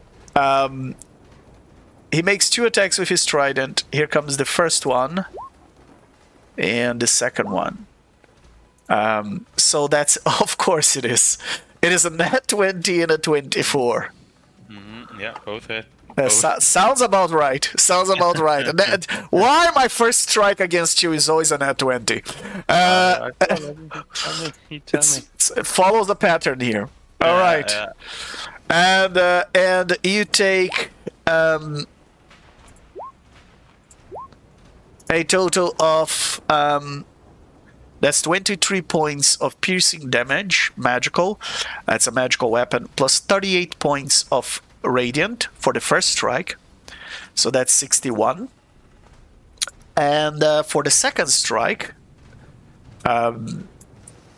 you take 18 points of piercing damage and 23 of radiant for a total of 41. Yeah, 41. Solid. Very well. Solid. And as he strikes you twice. Now, as a bonus action, when he strikes... actually, he strikes you twice and he says...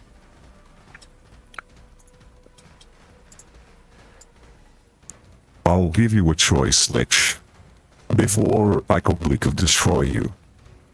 Then I'll burn your place to the ground. And after I burn your place to the ground, I'll find your phylactery wherever you hid it in this ashes. And I'll destroy that too. But I'll give you a choice. If you apologize to the Seagull community, it must be a public apology, and you must kiss my ass as part of the apology. Or I should say, my boy. If you do that, I will not kill you today. I'll kill you in a number of years between 1 and 100.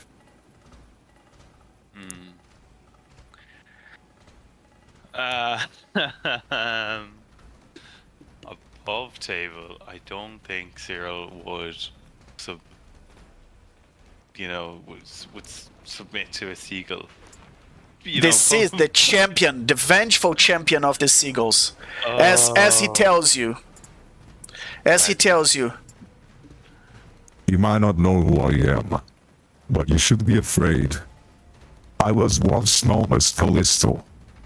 I was an Asimar paladin of celestial lineage, destined for greatness, or so it seemed. Because despite my divine heritage and impressive power, I was plagued by an otherworldly streak of bad luck. And this pattern of tragic misfortune just kept following me everywhere. Countless deaths, near misses, and humiliating defeats. My companions had to constantly, repeatedly resurrect me. But fate dealt a strange hand in my hand. My body washed up on the shores of Starlit Isle. My lifeless body on that beach, where a curious seagull packed my remains, consuming my eyes, but unknowingly passing on the curse of the were-seagulls to me. Unbeknownst to all, this curse has a regenerative property that revives me and transforms me in something entirely new.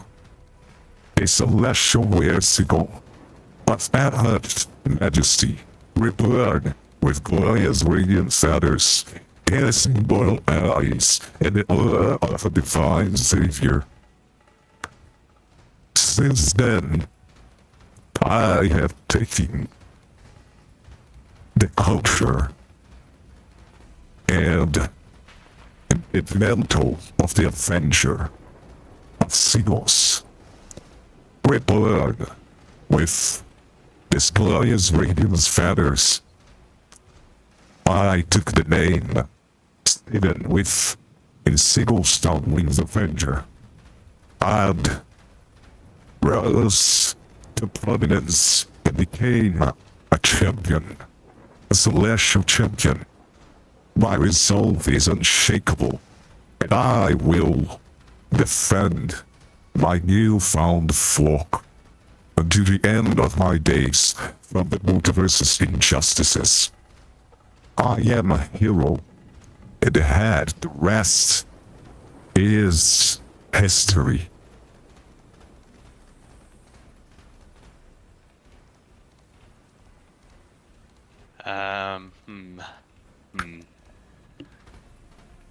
And I have to say, you can take your best friend for this. Who's my best friend for this? In real life, your best friend used to have a very unlucky character named Callisto, who inspired Steven Seagal.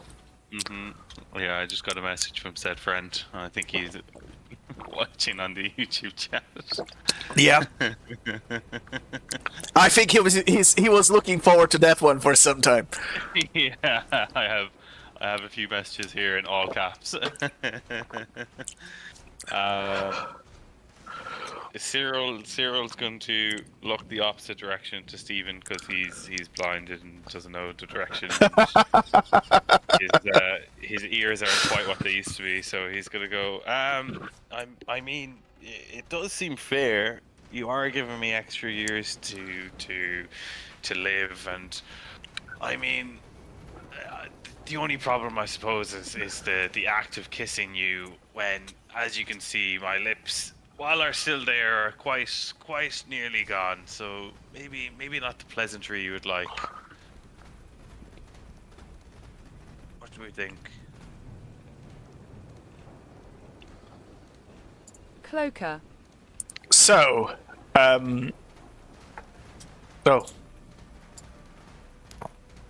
So, my terms are non-negotiable. I will return to destroy you and your phylactery. Eventually. After all, my vengeance and my resolve are unwielding. But I'll give you a chance. All you gotta do is in front of all the signals in the multiverse. You have to apologize. Tell them how awesome I am and kiss my cloaca. And I'm sure an operation like this would take some time to gather all the seagulls in all of the multiverse. So when are we thinking? Next Tuesday maybe? I can meet you here again next Tuesday. No, I'm not bringing the entire community of signals here. I'm thinking perhaps we can broadcast this from a celestial plane. Yeah, I know a few people that can, project an illusion, like a Titanic-size illusion, in Mount Celestia, of you doing that. Interesting. Okay, I mean, as you're probably aware, I've no reason to want to die any sooner than I have to. My whole purpose is for the greater good of the universe, but I suppose... Well, I thought that would not make any difference to you. Well, I mean, yeah, true. Okay, let's go to this mountain of yours and let's broadcast to all these superior seagulls of yours. Okay. you gotta roll persuasion to beat his insight. for this. Yeah. So you convince you're being truthful. Oh god, 11.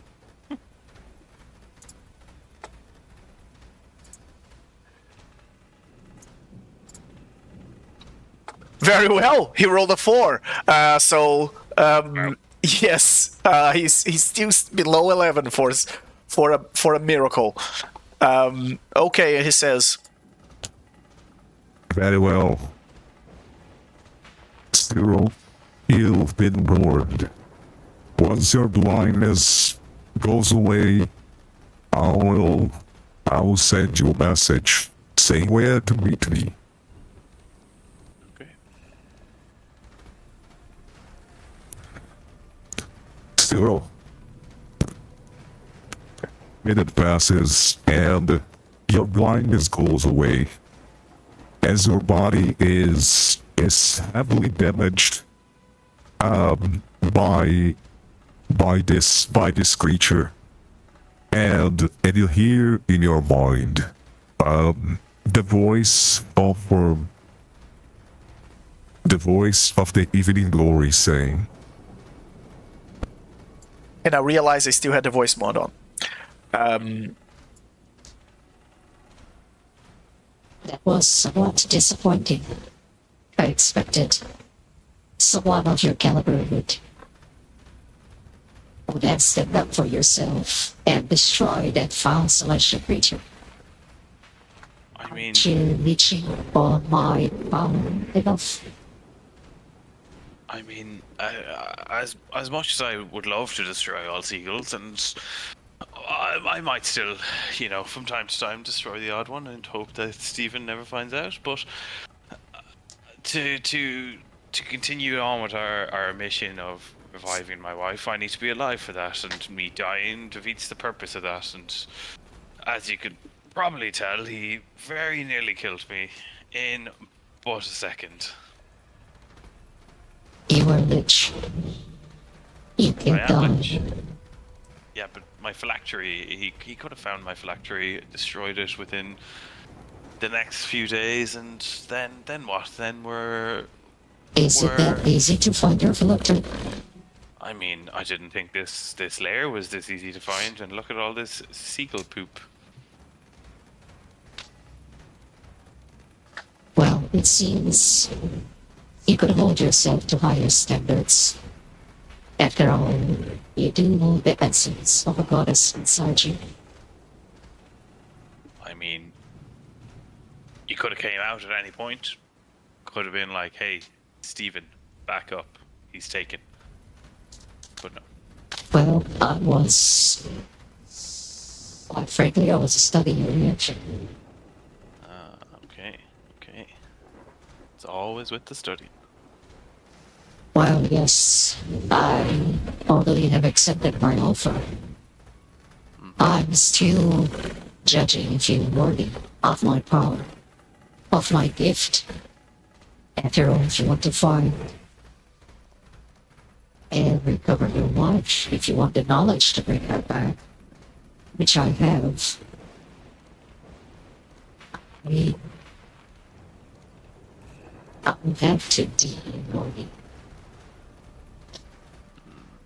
But I mean, it's still the same case. I can't use that knowledge if I'm dead. If he does find my phylactery,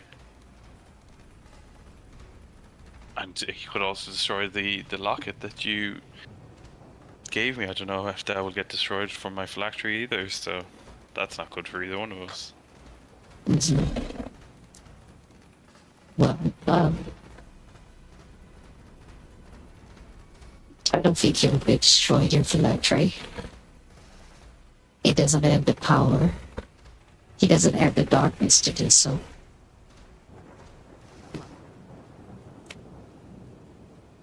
It's a pretty inferior creature, and you have called and accepted a humiliating deal. I'm certainly not using my perfect lips to kiss someone's hands. So, I suggest you to prepare to stand up for yourself. And prove that you're worthy of your wife's touching. You make a strong point. I'll consider that as we devise some plan to prevent us from doing said humiliating act. Humiliating.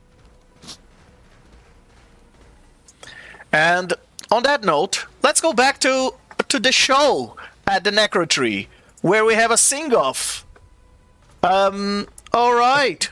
So, Creekside A and Creekside B. Here, I got them planned out. I'm gonna have side B sing first. All right. Go ahead. Landro. Oh, no, actually, he doesn't know who this is. I says, all right, I'm gonna have you be the judge here. I'm gonna show this inferior, this dollar store knockoff, a song that can burn and show my passion. And he gets his guitar. Can't believe I made a parody of the song. He starts playing it on like an upbeat tune. And all of a sudden you just hear Creek just go like, "You're just a lich even though you're lonely. Hate to see you with this floating stone, are you happy? Hate to see this creek who isn't even thriving. I'm so mature. I'm so mature. I'm so mature. I got me a ghost to tell me that I'm selfish. I don't want you, I just want them. If I can't get them, no one could. I know I'm the best. You're just second place. Your old mind just thinks, how'd I get here? Where'd your friends just go? You're just all alone. Wish they were alive instead of you, though." And just Creek just keeps playing that as he's like roasting this side egg.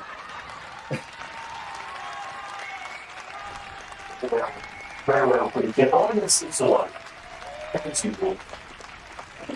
How does side A replies to that? Side A looks at him and says, "Well, I'm quite disappointed in you. You know, that's such a low blow to talk about our friends like that. I can get insulting myself and mocking myself, but you really crossed the line there. You know that? You inspired design. You know what? I have an original song. I thought of this, actually. One that I think you'll know. Creek to Creek here. It's called It's Not As Crazy As I Thought." Now, before I move forward, Legend, do you want me to sing the short version or the full version? Go ahead. Alright. Creek plays more, side A plays more like softer tune. As he gets in and says, "You know, I thought you were better than that." And you just hear him say, "I spent a lot of years memorizing lines, thinking about what I might say. And after all this time, I'm still fight or flight, so I'll just sing anyway. I know we're getting older, avenging our friends and pass on, but everywhere I go, I see their faces. I know I'm not over my friends as you aren't over them too. I saw someone who looked like them during our ethereal stop. And part of me knew we would get this chance to talk. I guess it's not as crazy as I thought. And I thought I was, ooh, ooh, ooh.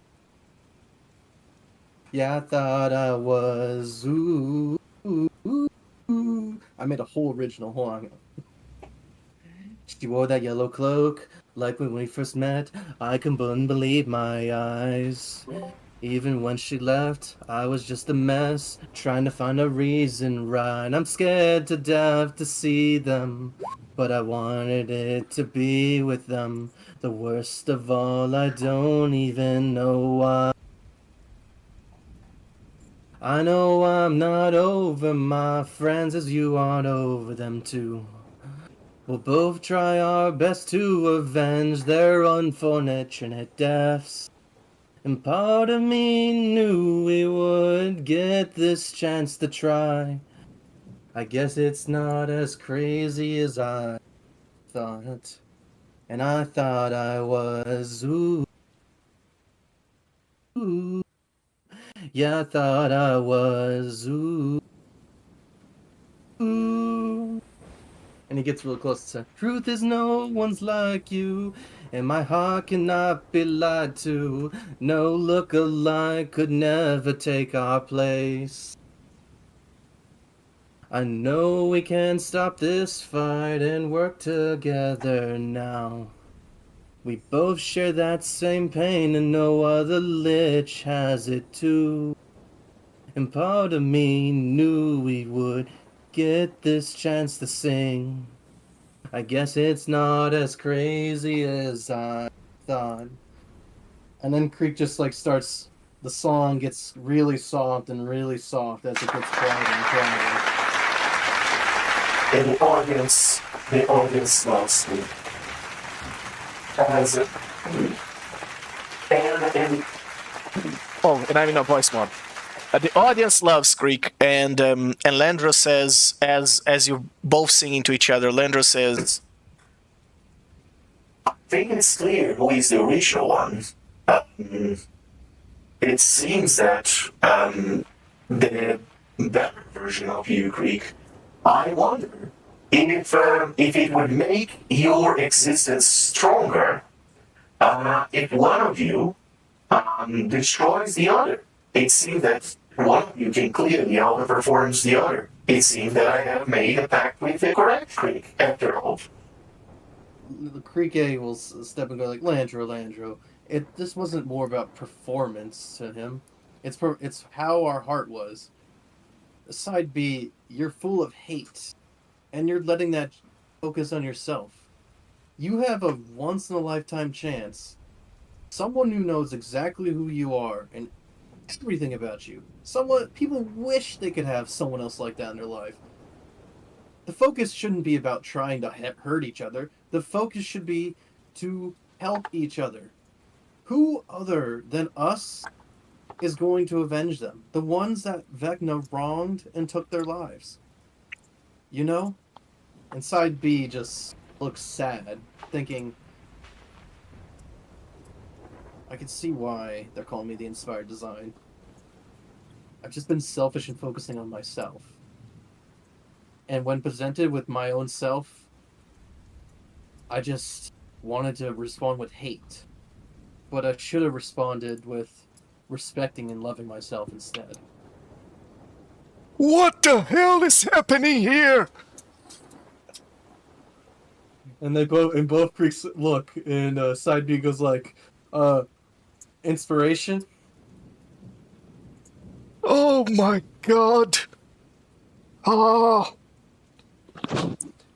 Two. You know, I can barely tolerate one of you. Two is a bit too much. And then Side A, using his actor fee, is going to recreate Vokar's voice and says, yeah, that guy's a stick in the mud over there. And Side B will also recreate Vokar's voice, go like, he just doesn't get it. There's just two of us and one of him. He'll never be complete. Oh. Okay. Which one of you is the one who has the rod? And Side A, using his regular voice, going like, always been me. What about it? Well, okay, so you are the original one. The one that came from the same timeline that I did. That's right. Okay. And I think Timeline B here, after a bit of a talking song, we're cool, right? Should I have Side B roll something on that, or? Well, you know, Greek, all I'm thinking is, the original Greek, what I'm thinking is, right now, your other self is a liability. So, perhaps we can erase that one, and we stay with the original. Counterpoint, why can't we just fix the timeline? Well, Side B steps up and says,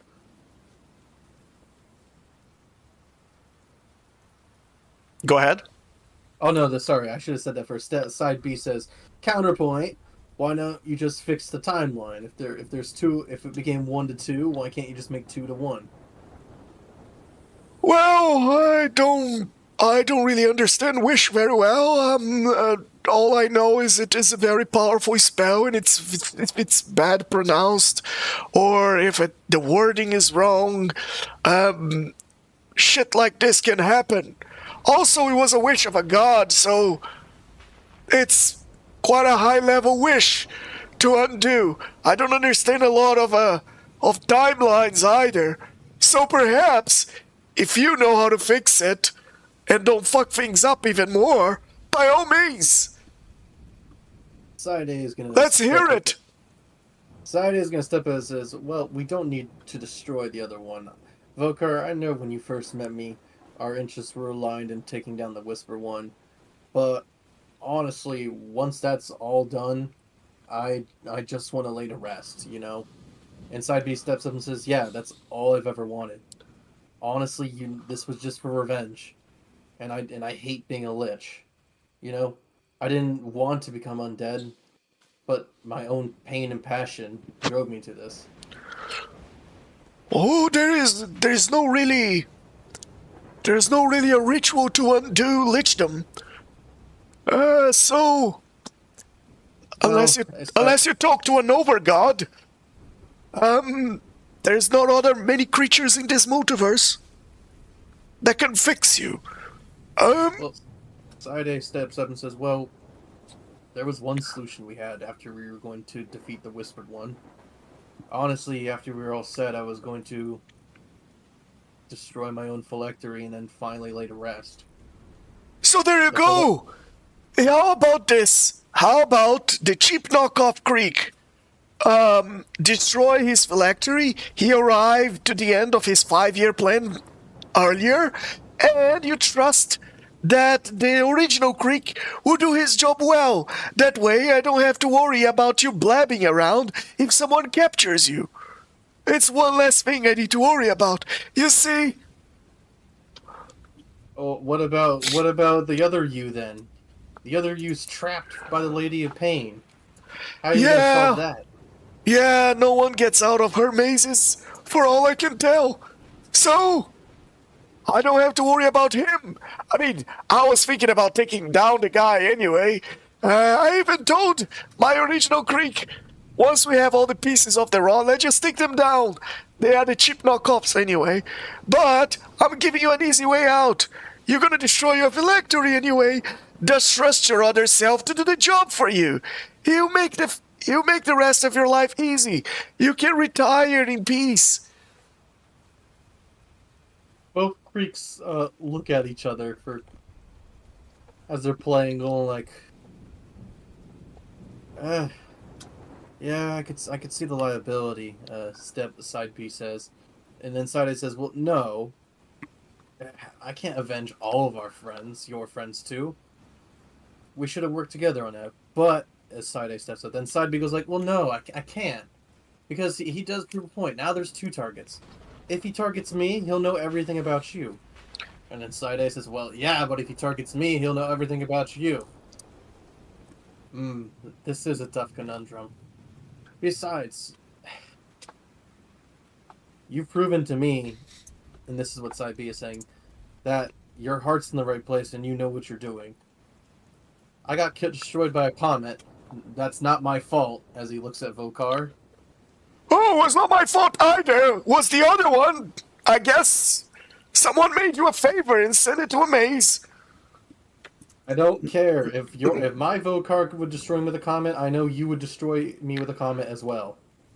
Well, that's not quite true. I mean, I am the better one. As you can see by my good heart, trying to give you an easy way out. I'm gonna have Side A do a persuasion check on Side B, and it's gonna be contested by Side B of who should be the one to go and who should be the one to stay. All right. And I'll let you know what. I won't tell who side A and side B's role is for the audience yet, but I'll let you know. All right. Oh wait, I just realized if I roll from each character sheet, you'll know obviously who's side A and side B. Absolutely, yeah. I just realized that. Yeah, whatever. Well, side A looks at his counterpart and says, "Well, look, it makes sense there should be one, but If I may say, there is a chance that by destroying one of you, the other one becomes more powerful.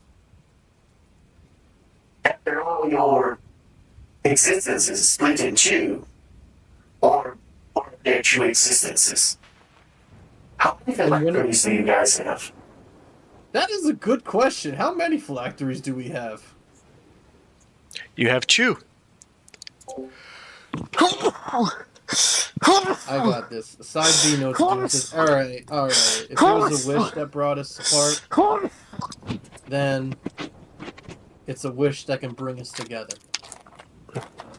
And I'm willing to make that sacrifice. Maybe we will become stronger if we become one. And side A goes like, yeah, I'll take that risk over killing myself. It wouldn't feel right to do a suicide.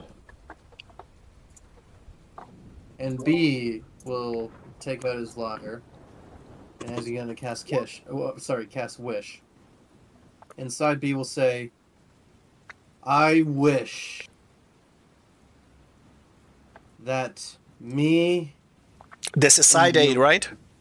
This is side B casting it, because side A can't cast it anymore. Okay. So, alright, let me say it again. I wish that me and the original creek in front of me would become one timeline again instead of 2 separate ones, so that way may be only one creek.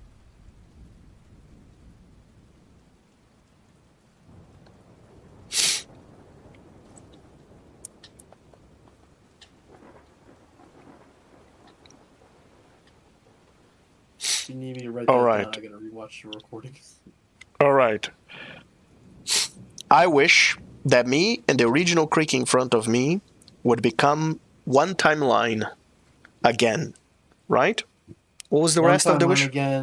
One timeline again instead of 2 separate ones.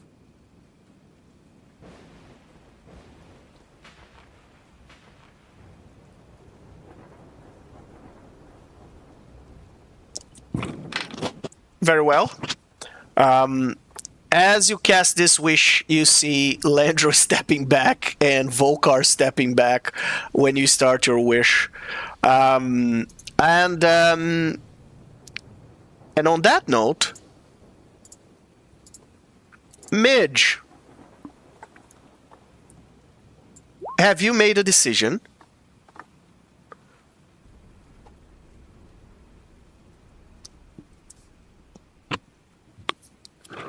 If you're there, you want to mute. I was saying I always honor the rolls. I say the dice tell the story. So the cause version of Midge got 2 nat 20s. I mean, that's pretty hard to beat. So what will you say to Cass? And what place do you choose to do the exchange?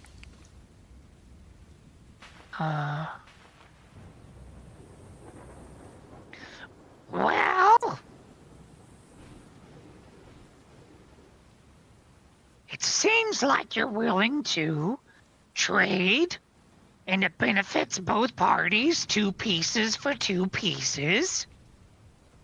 It does sound fair. So yes. I knew I could reason with you. However, I have to be able to convince the rest of my party. So while I may agree, the others may not. There's my conundrum. Well, I'm sure you are going to find a way. So, I need a couple days to convince them, because I have no idea where they are right now. they're all out looking for other pieces. So let's say 2 days. Let's meet back in. Oh my gosh, I'm totally blanking. Legend. Where was the first place that we went that we first met Sunfall? In the crypts. In the Neverwinter, catacombs. Let's meet in the Neverwinter catacombs. Well, that's a really bad choice of place. That's enemy territory. Well, what do you suggest? Well, you can come back here. I'm going to spend the next 2 days learning all I can about Facto Skulls and the Heralds of Dust as I'm infiltrated here. And in 2 days, we can meet here.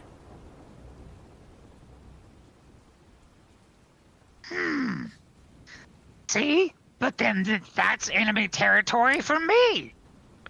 We need to meet someplace that's neutral ground. You are an enemy of Seagull? I don't think so. Are you an enemy of Facto Skull? Well, I feel like everyone's an enemy of Facto Skull. Well, you are right in saying that he doesn't really like liches beyond himself. Yep. But I guess you enter here so easily, you could return. Otherwise, you can meet anywhere else in Seagull you want. Seems like a good place since we can't fight each other without being thrown into a maze.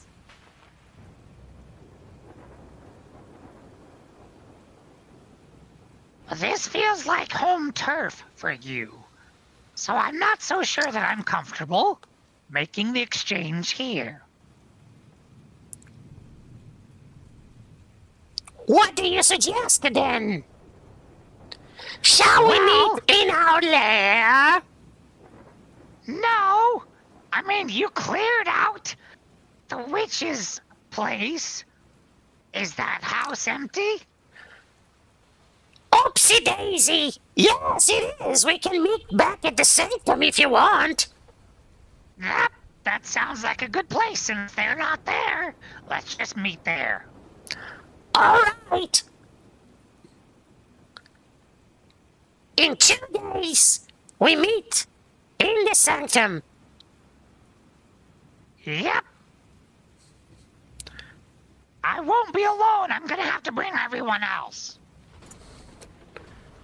Well, let's just say I won't be alone either. Touche. Bye-bye. And as he's saying that, She'll you just see almost by mitosis, his body just starts to split and turn into 2, 3, 4, and he just keeps multiplying himself into several versions of you, Mitch. And original Midge will walk off. Very well, original Midge. As you walk off this place, where are you going next? To the necro tree? Going back to the necro tree. Very well. And that leads us to Drazov. Or I should say, Dr. Azov, the original. Dr. Azov, have you decided where you're going next? I mean, Necrolumpa is making a mess in your laboratory. The longer you stay here, the more mess she's going to make. Oh. I guess, does, Dr. Azov, have, like, a bearing on the, like, target party?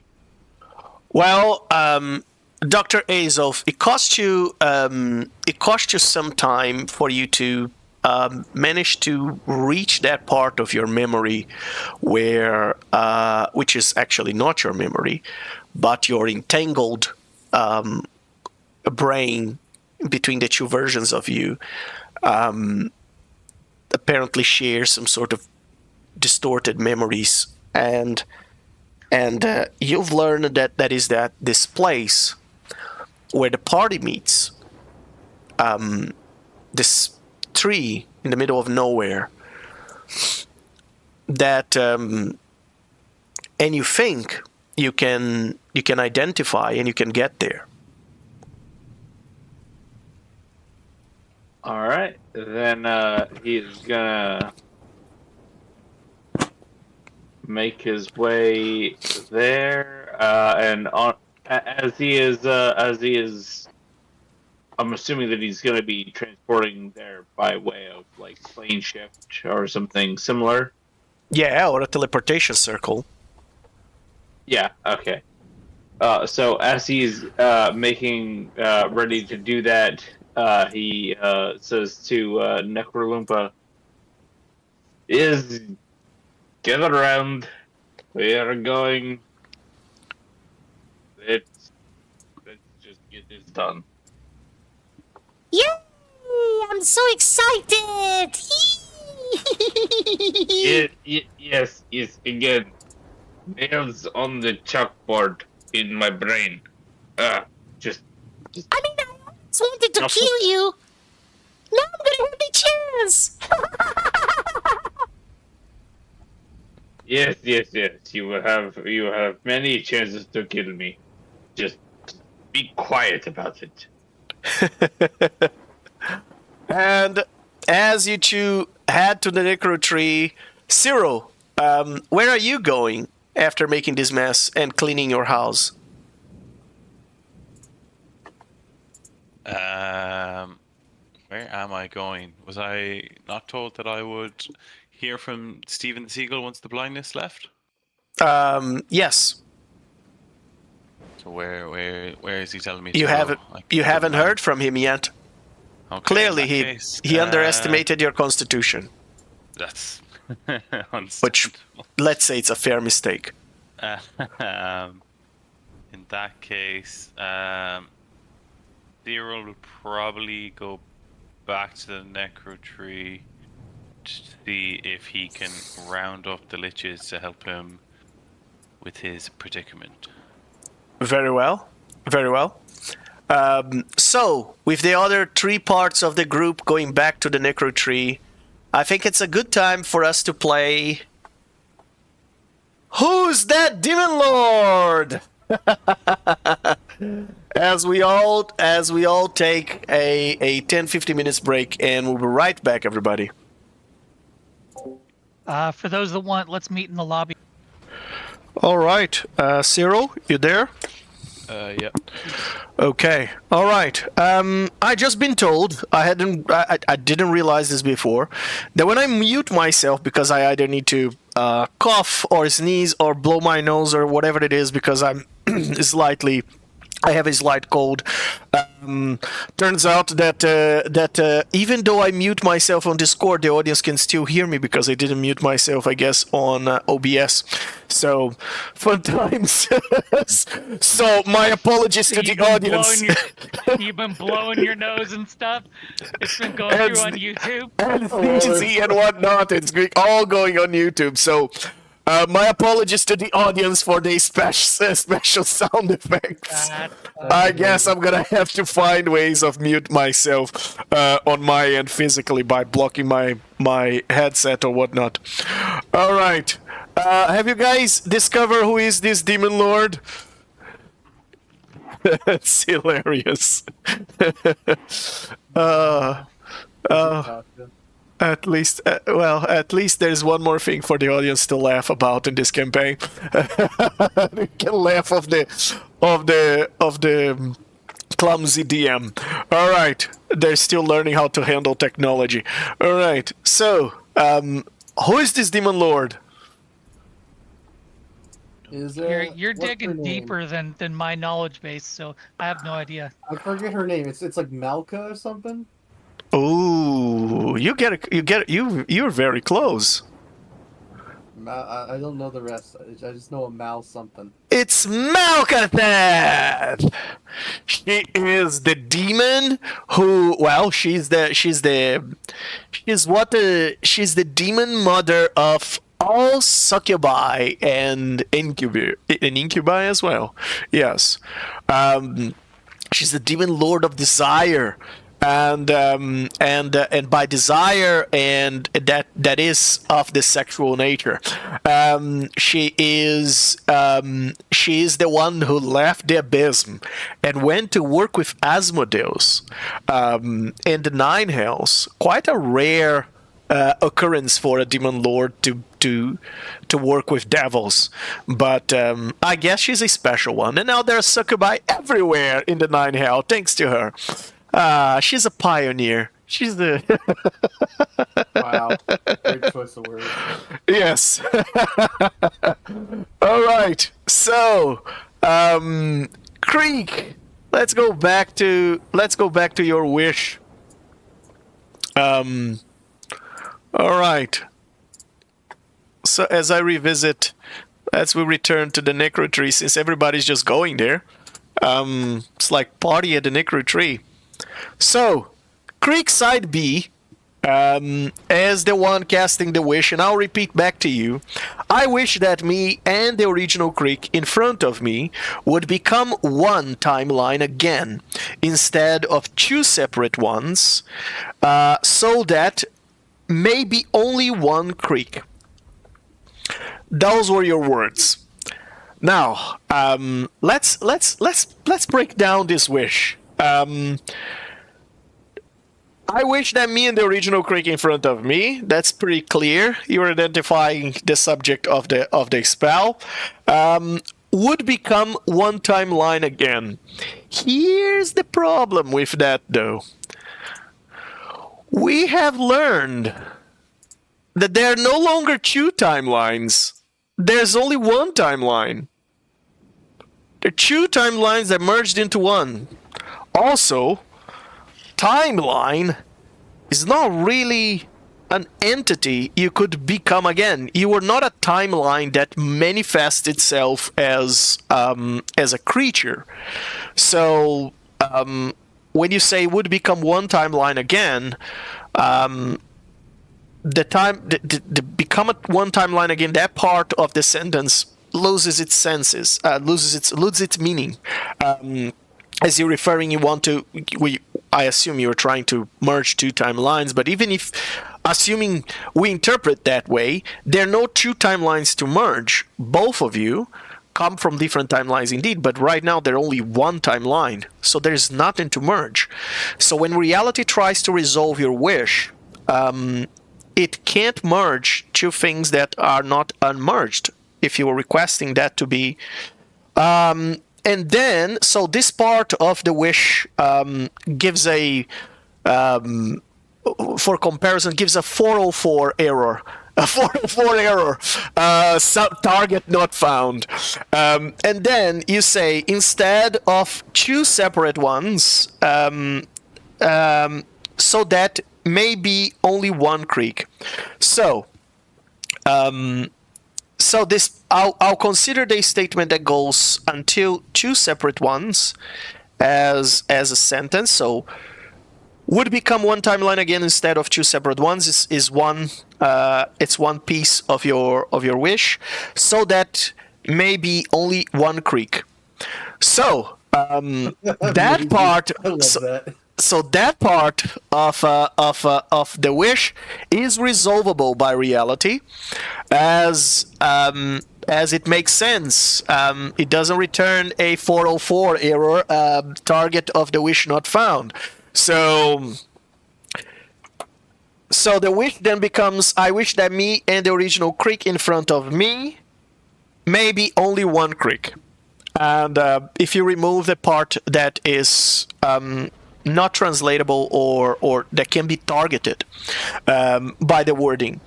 And in that case, that is a very simple solution. One of those creeks disappear, and the other one becomes the only creek. So he's now side AB. Yes.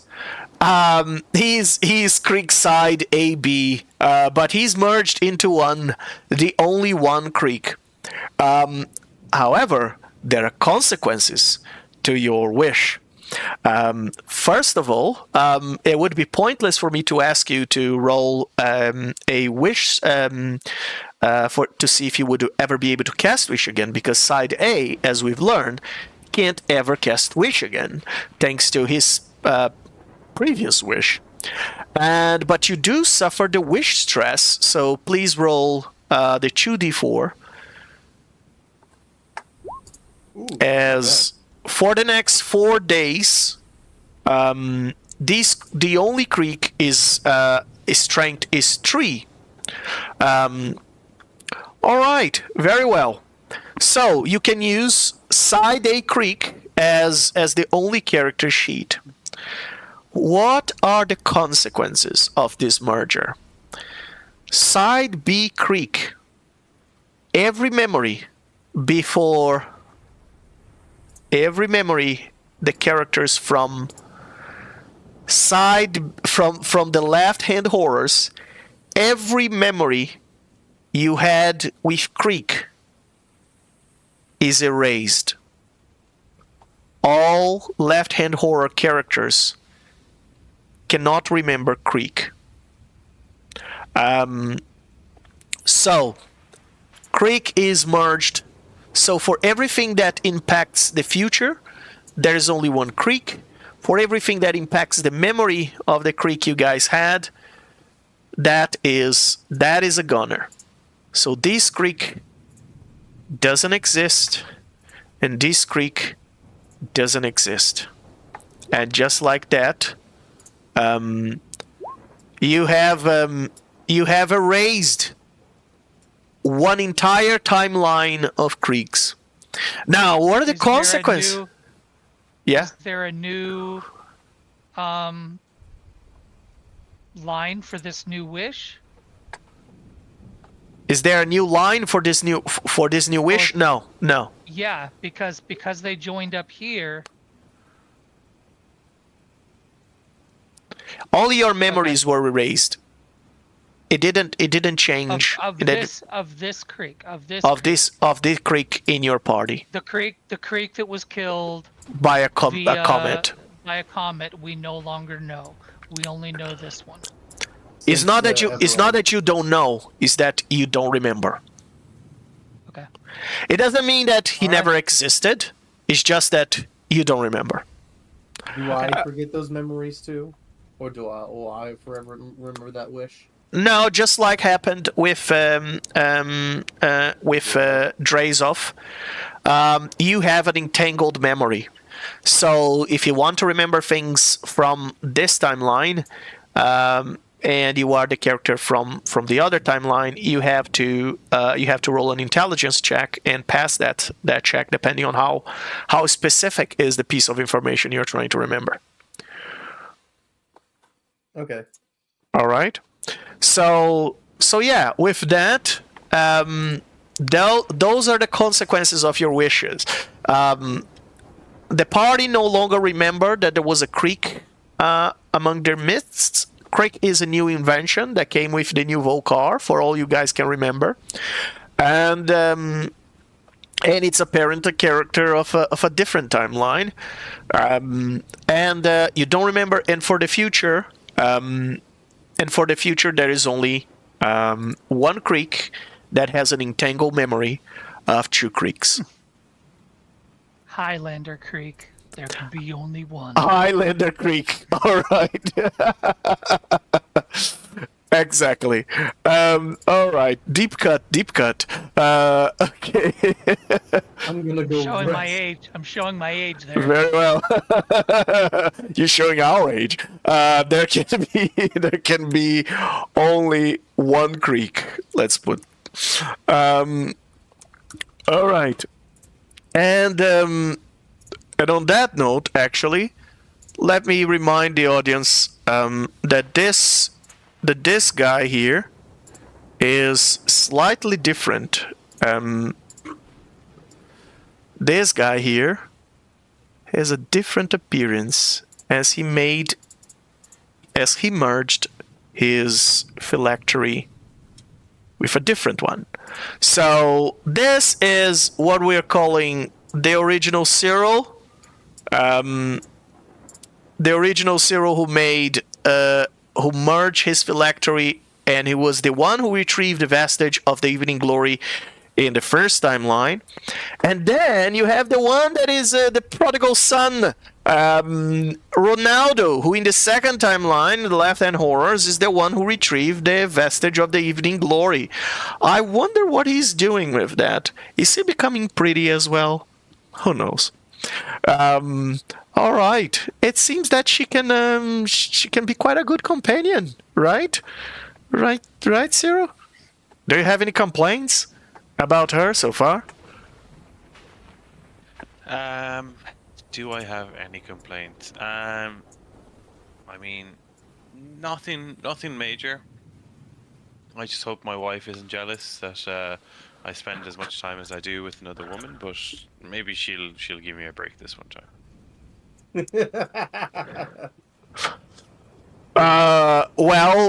When she sees how pretty you are, maybe she'll give a discount. It's like a beauty treatment. I don't know. Possibly. All right. And on that note, after more time shenanigans, thanks for that, Creek. Our audience was not confused enough. Let's return to the necro tree. That after all of this happened, you hear Landro replying to you. I'm very surprised that actually worked. I gotta say, I feel the same. I'm also very surprised that worked. I don't know what just happened before, but I am glad I beat fate with whatever I did. I'm going to lay down on this wall now. I feel like crap. Very well. Aren't you glad there was just one creek that had a piece of the rod, and that's the one who survived? Wait, did you roll on that? I actually did, yes. I rolled a 3 on a d4. 1 and 2 was the bad creek that stayed. 3 and 4 was a good creek. The bad and good creek. Yes, the incomplete and the complete creek. All right, so original Midge, you arriving about the same time as original Cyril.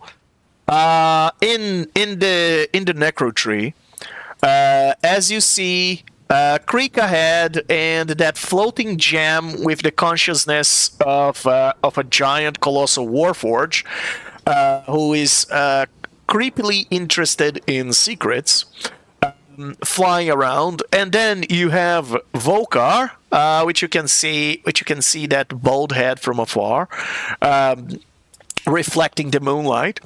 And behind you comes Cyril, but that one you don't really like, Midge, I must say. As you look at him, Pretty. he looks too pretty. He looks different. What the hell has he done? He was so pretty before, and now he just ruined himself. Hi, Cyril. Hello, Midge. How are we today?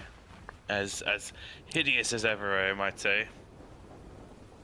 Oh, yeah. One of us is hideous. You cheated. Infestation. Do a con 19 save, Cyril. Oh, now this con you pass. The con to be blind and you don't. No, sadly. And as Cyril starts pulling out bugs out of his new luscious hair and beautiful beard, he goes, "Come on now, Midge. We've been through this. more than enough. Surely you can stop trying to infest my beard. It's real, I tell you. It's not like a wig like that Ronaldo friend of ours. You had such a good thing going, and then you had to go and ruin it by making a deal with that hussy. I mean, she did promise to bring back my wife, and I mean, come on. As much as And where is your wife? I ask her this question every day, but does she ignore me every day? Yes. That's what a marriage is like. Well, it seems I didn't have enough of my share of freaky things happening tonight. What the hell happened to you? I mean, Midge has infested me once again. At this point, it's basically daily. Other than that, I had quite a peculiar predicament with a rather large seagull named Steven, who has threatened to kill me and everyone I'm associated with. So not a good start to the day. You, Volker, how are you today? Well, I think I have less literal shit than your house, but I still think it's not a good day.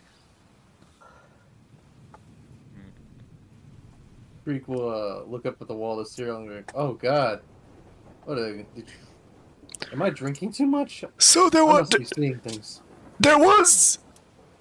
Can you explain to us why the hell you look so pretty? I mean, I always look this pretty. No? No. We know, we only know this Cyril looking like this, Yeah. right? You look like what Lich dreams are made of. I mean, Volker, you don't have to flatter me that much. Well, someone's been drinking his milk. Look at them. Look at that bone density. I know. It's taken 80 years off my life. But do you? I think it was more like 800. What is... So... How the hell did you... I was just telling Greek that there's no way back from Lichdom. How are you pulling that off? Guys, we've been through this all before. You know exactly what happened to me. Remember? Yeah, we already know this, right? Yeah. Isn't this original Midge? This is the only Cyril that she knows.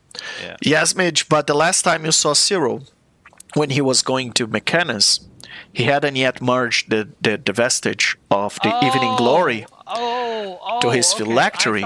So this is new. Okay. His appearance is completely new. Okay. I missed that bit as well. Okay.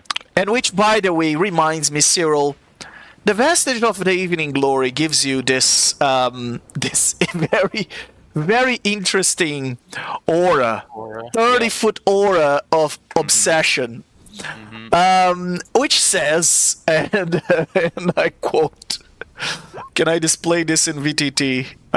Yes, if I don't whisper. Yeah, don't we have to roll a charisma save against him? Yes, you do. A DC 20 charisma saving throw, or he become irresistible to you. You are all drawn to him. Oh. Wait, we're immune to charm. Yeah. Not this one. Well, I passed, so he's not as charming as my music. But Cyril does look like a sex match. And this is not.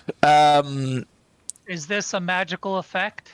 It is, but it's fueled by the power of a deity. So good luck with that. So that's the size of Cyril's aura. I mean, if Landro wasn't an object, he would have to make a save as well. You have quite the look that to goes you, totally Sparrow. against. Goes totally against Midge's. I hate this. I'll Okay. have to play you a song, but I'm just gonna relax here now. I mean, internally, Midge, you might be hating it, but externally, you can control your behavior around him. And even Volkar is saying, "Well, I gotta say, it is. I will call it a magical effect. So if you have an advantage, you can roll again against magical effect." I did roll advantage. That's I have a -1 charisma, so I'm not gonna waste my. Even Volkar, who has a +9, couldn't pass on that. Yeah. I'm not gonna waste my inspiration on this. So I'm immune to it then. Good. Okay. You are immune too? No, I'm the only one who passed. So Yeah, I guess I'm you're immune All right. as well. Okay. Yes. And well, Volkar says, "I have to say," and that kind of gives you a clue, Cyril, why Volkar is being surprisingly nice to you, saying nice things to you. As in the excuse me. It's like since you got the Evening Glory merged to you, it seems that there's creatures around you tend to be surprisingly nice towards you. Now that you think back, even Steven Seagal, I mean, he could have killed you right away, but he decided to give you a chance. And you find this almost fun. It seems that even the creatures that hate you somehow feel with time compelled to do something nice for you, to say something nice. Their behavior starts to, distort around you. Okay. So I'm gonna look to the rest of the group and say, so after my trip to Mechanics, I'm assuming I'm aware of the draw that the locket has, no? You aware of what? The aura that the locket's giving out, or is that something I wouldn't be aware of?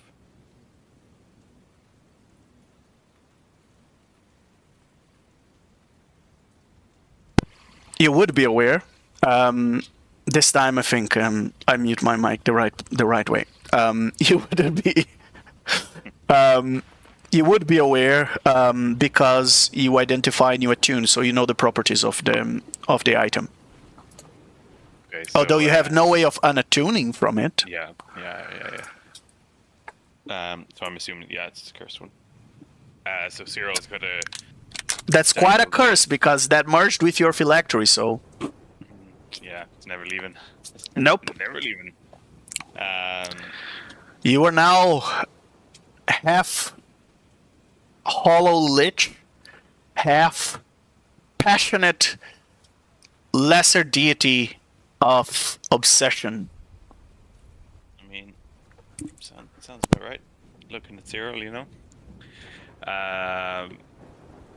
So I'm gonna look to Vokar and Mage and go, well, do you remember that locket that I had, and we got it in the cursed house at the haunted house, and on my own, while I was on my own to Mechanics, it started speaking to me and offering me all these promises and secrets if I combined it with my phylactery, and she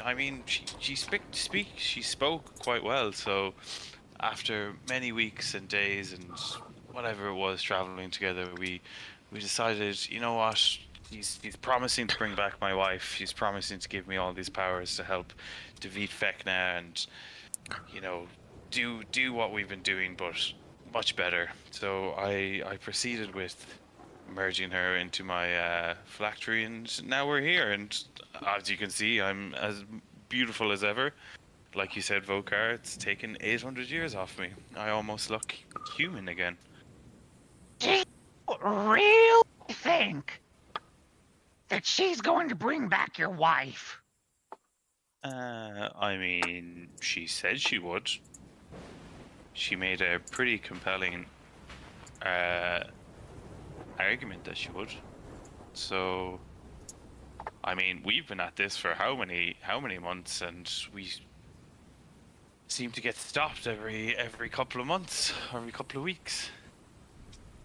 And no closer to the 7 rods than we were since I left. Well,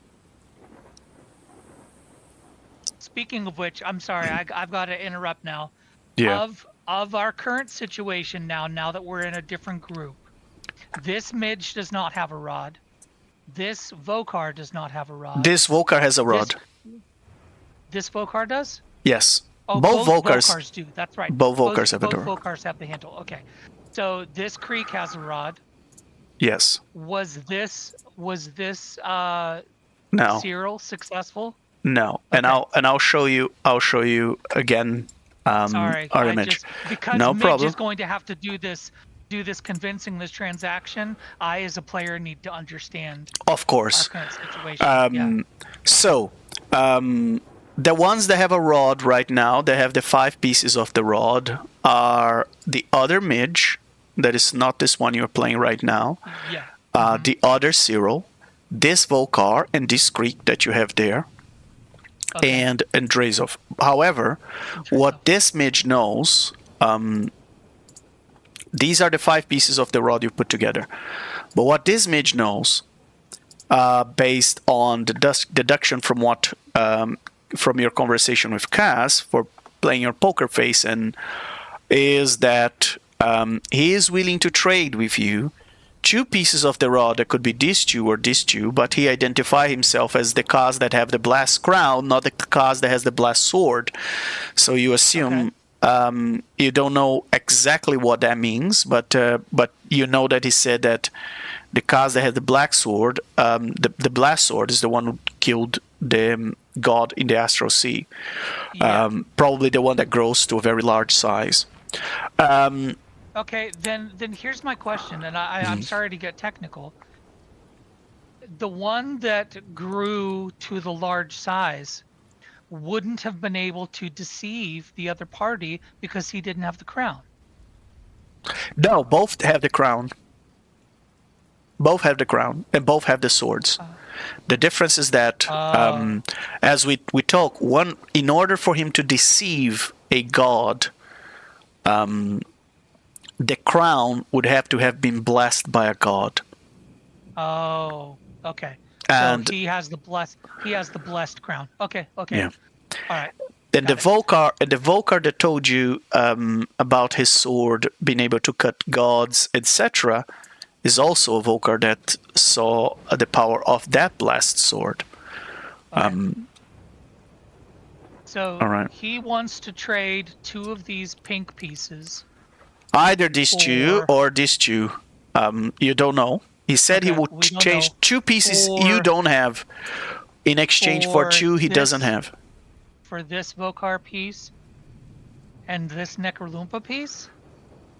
Well, either that or you guys can... You have right now a Necrolumpa piece, and Necrolumpa is not here with you. And Necrolumpa is from this party that Midge has, the pink party, as well as this Vokar and this Greek. All these other guys have pieces of the rod, and the Midge that is not here. But I'm not negotiating for these guys. Yeah. I have to figure out. That's what I'm trying to figure out. Is if you said that he knew something that Mitch didn't, which means he might know. Because who's missing from this party right now? So right now you don't. So you know, because Zero is in front of you, he didn't retrieve a piece of he the does not. rod. So he doesn't Yes. have this piece. Yes, you know the Necrolump already has 1, and your trip to Mitch does not. your trip to Pandesmo didn't pan out as you expected, and you didn't retrieve a piece of the rod. Okay. And then All right. Ebron got my piece and Landro. Yeah. Okay. So you don't Right. know where these other 2 pieces are. You have 1 Vokar in the maze and 1 Necrolumpa from the other rod, or you change 2 pieces of this rod that you already have by that one. So, Is there any benefit for us to go try and find these 2 pieces then? well, of course, you have 2 days. If you find Yeah, one, if you find these pieces in 2 days, you can trade the pieces of the rod that you don't that he cannot complete Yeah. because this Volcar is in a Okay. maze. Is in the maze. Yeah, exactly. Okay. All right. That's what I was trying to understand. Is if we can try and go after. Okay. All right. We can go back. Sorry. So- Thank you. So yeah, so if you give him the pieces of the other rod, then the rod that then that Volcar is in the maze is definitely going to be blocked and won't be able to complete, and you guys are going to have the only complete rod of 7 parts. Yeah. This group is. Okay. And out of this group, All right. only 2 members have pieces of the rod out of the current group here standing. Okay. Okay.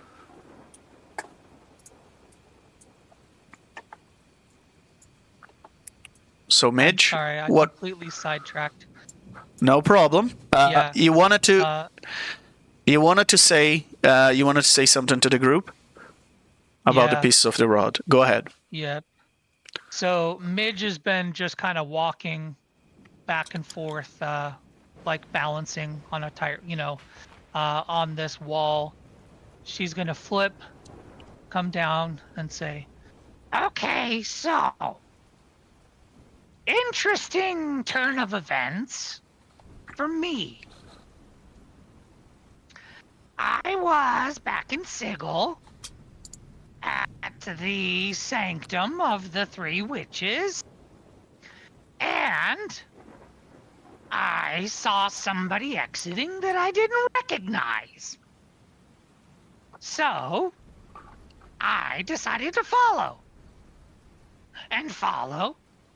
And follow I did. And you'll never guess who it was. Kaz. Oh boy! So you found the old blood-sucking a-hole. I sure did.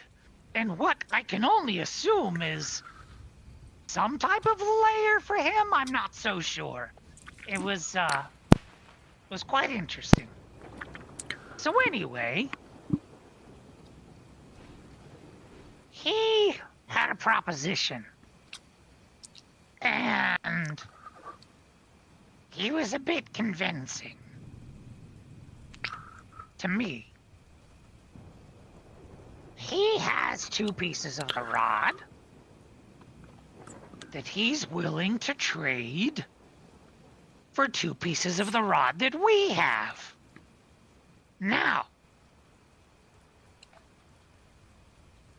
I have arranged for us to meet with him back at the sanctum in 2 days. So if we want to go and try and find another piece of the rod, that could be helpful to us because we have 2 days. But if he's willing to give us 2 pieces, because apparently, hold on to your hats, partners, there's 2 rods. Yeah, Midge, we kind of knew that. Cyril, you didn't know. Does Creek not know since there's only one Creek? This creek knows, yes. Both creeks knew about the 2 rods. Oh, okay. Yeah, 2 rods, but why would he want to trade 2 pieces of the same rod for 2 pieces of his rod for the same rod? That doesn't Now, make Cyril, sense. this comes somewhat as a shock to you because in this version of you, you don't have, you didn't do your Morgan Freeman exposition about the theory of the timelines.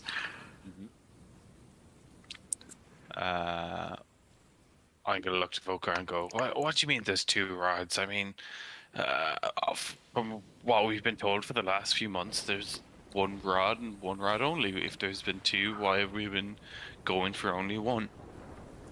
Okay, so first of all, I have to say, every lich has its toll, and I'm not one to judge. You know, I always said a lich tolls is final, and I always said that old liches no need no tricks, but and you know, but But I must say, you just look amazing.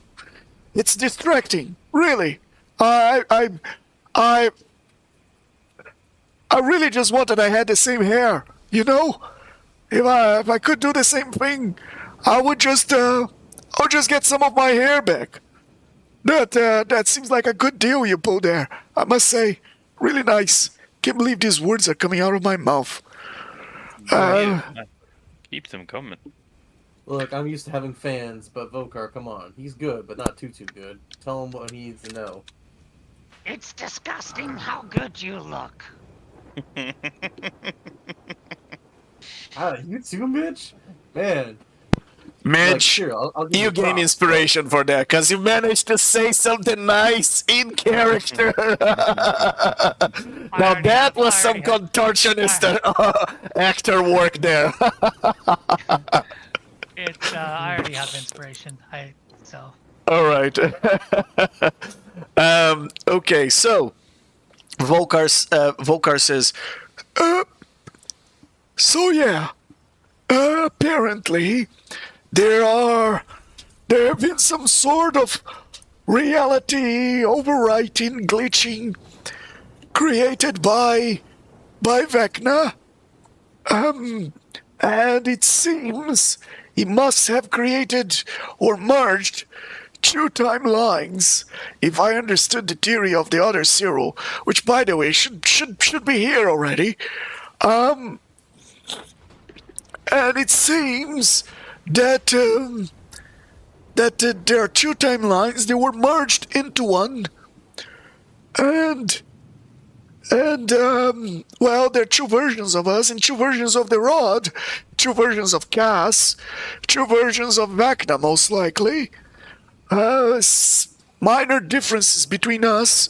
There were two Vokars. I was about to kill the other one, cause you know me, I must be a unique item, and then someone tipped off the Lady of Pain, and you put Illustrio and Tasha and Vokar and in a maze. So they're never coming out of there, and there are indeed two rods. So, Cyril, have you returned from Mechanus with a piece of the rod that you went there to pick it up? Unfortunately, I was not successful in retrieving a piece of the rod in Mechanus. It wasn't there. It was almost like it was taken. Alright, so I guess that story matches what you guys had anticipated would happen. Okay, so let me go back here for a second. You didn't retrieve a piece of the rod, and we have identified that together with some of the individuals of the other timeline of the secondary group, which I call the inspired designed ones, for lack of a more precise expression, they've apparently they gathered 3 pieces, and me and Creek there we each other have 1, so we have 5 pieces of the same rod. There are 2 pieces of this rod missing, so if we get the 2 pieces of this rod, we'll have the 7 pieces. We were about to go after Kaz, so it seems that he's making our life easier. He's probably not aware that he just made something really stupid and sent a piece of the rod to a maze. Yeah, he's blocking himself, right? So if we can figure out how to manipulate this so that we have the pieces of the rod that can be completed by your piece, She points at Vokar. then he is setting himself up for failure. Right? Yes, indeed. We also have to convince Necrolumpa to give her piece of the rod away. And then we need to get another one. And perhaps we can trade for the 2 pieces of the rod. Do you know which one of the cars we're talking about? Is it the one that has the same pieces of the rod that we have? I mean, I have? This is the one that. This is the one that has the blessed crown, right? Yes. Okay, but I don't know that he was successful in Mechanus. Yeah, you know because he revealed that he has 2 pieces of the rod, and the other version of him has 3 pieces, but 2 of those pieces are the same. Okay. So I will relay that to Vokar, Well, that's what I know. then he can only be the one that has the 2 pieces left on our rod. Right? Because the other one has 3, and we only have 2 pieces missing in ours. Unless there's some shenanigan he's doing there. I wouldn't be surprised if he anticipated this and give the 2 pieces of the other rod to us in order to block us. So, Yeah, Midge, I don't know. if we go to encounter him, we have to check the goods. We have to make sure that blood-sucking a-hole has given us the 2 pieces of the rod that we need, not the 2 pieces of the other rod. Okay. Have Creek pipe something like, are you sure this isn't just an ambush? Are you sure this is going to be a fair trade of 2 to 2 pieces? Well, you see, that's the thing. We're meeting in Sigil, so we can't have a fight. Otherwise, we invite the Lady of Pain. Which brings up another thought that I had. Now hold on. This might be taking a big risk, but what if we tried to talk to the Lady of Pain and made her aware of what Vecna is trying to do? Now, I know that the other Vokar technically can't leave this maze, but do you think there's a way that we could convince the Lady of Pain to get the piece of the rod from that Vokar? Or is it possible that we could get the Lady of Pain on our side? Because if Vecna is successful and he is able to change reality, what's to say that he can't change the reality of Sigil? Would he have that power if he were successful? Is there a benefit to getting the Lady of Pain involved? Hey guys! How are you all doing tonight? Everybody okay? As Creek walks over. As you guys look, you see the simulacrum of Necrolumpa and Drazov approaching.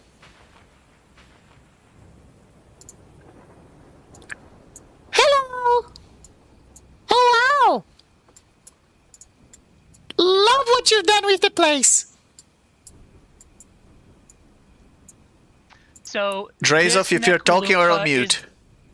This Necrolumpa is the one that the other Midge traded pieces of the rod with, am I correct? Nope. No. Nope. Okay. But you don't know that yet. All you see No, is a no, I'm simulacrum. just asking as a player. I'm just asking as a player, yeah. Dr. Azov, the original, are you there? I see you muted. Or ease off, I just got that.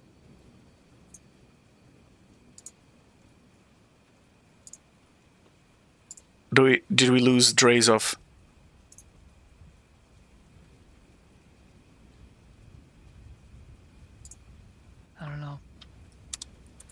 Is it possible to stop here?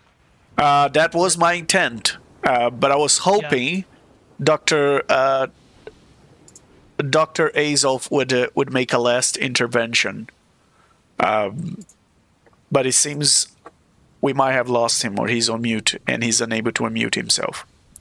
All right, so for those of you who have been watching our stream, thank you very much for watching. We'll conclude this episode here with the Dr. Azov, the original, and the Necrolumpa, both apprentices of Vecna, arriving at the Necro Tree, and the party unsuspectingly thinking that they are their allies, because how would they know about the Necro Tree? And on that note, if you are enjoying this session and you enjoying the content of this channel, please subscribe. There's more content coming in the future, and there's more campaigns. We have the Gods versus Eldritch Horrors. There's running on Saturday, and we have 3 players of this campaign playing there. Well, we hope you guys are enjoying the content. Feel free, and duly noted on the audio issues. I'm still figuring out all this stuff. Bear with us. All right. Thanks, everybody, and have a good night. And we see you next week.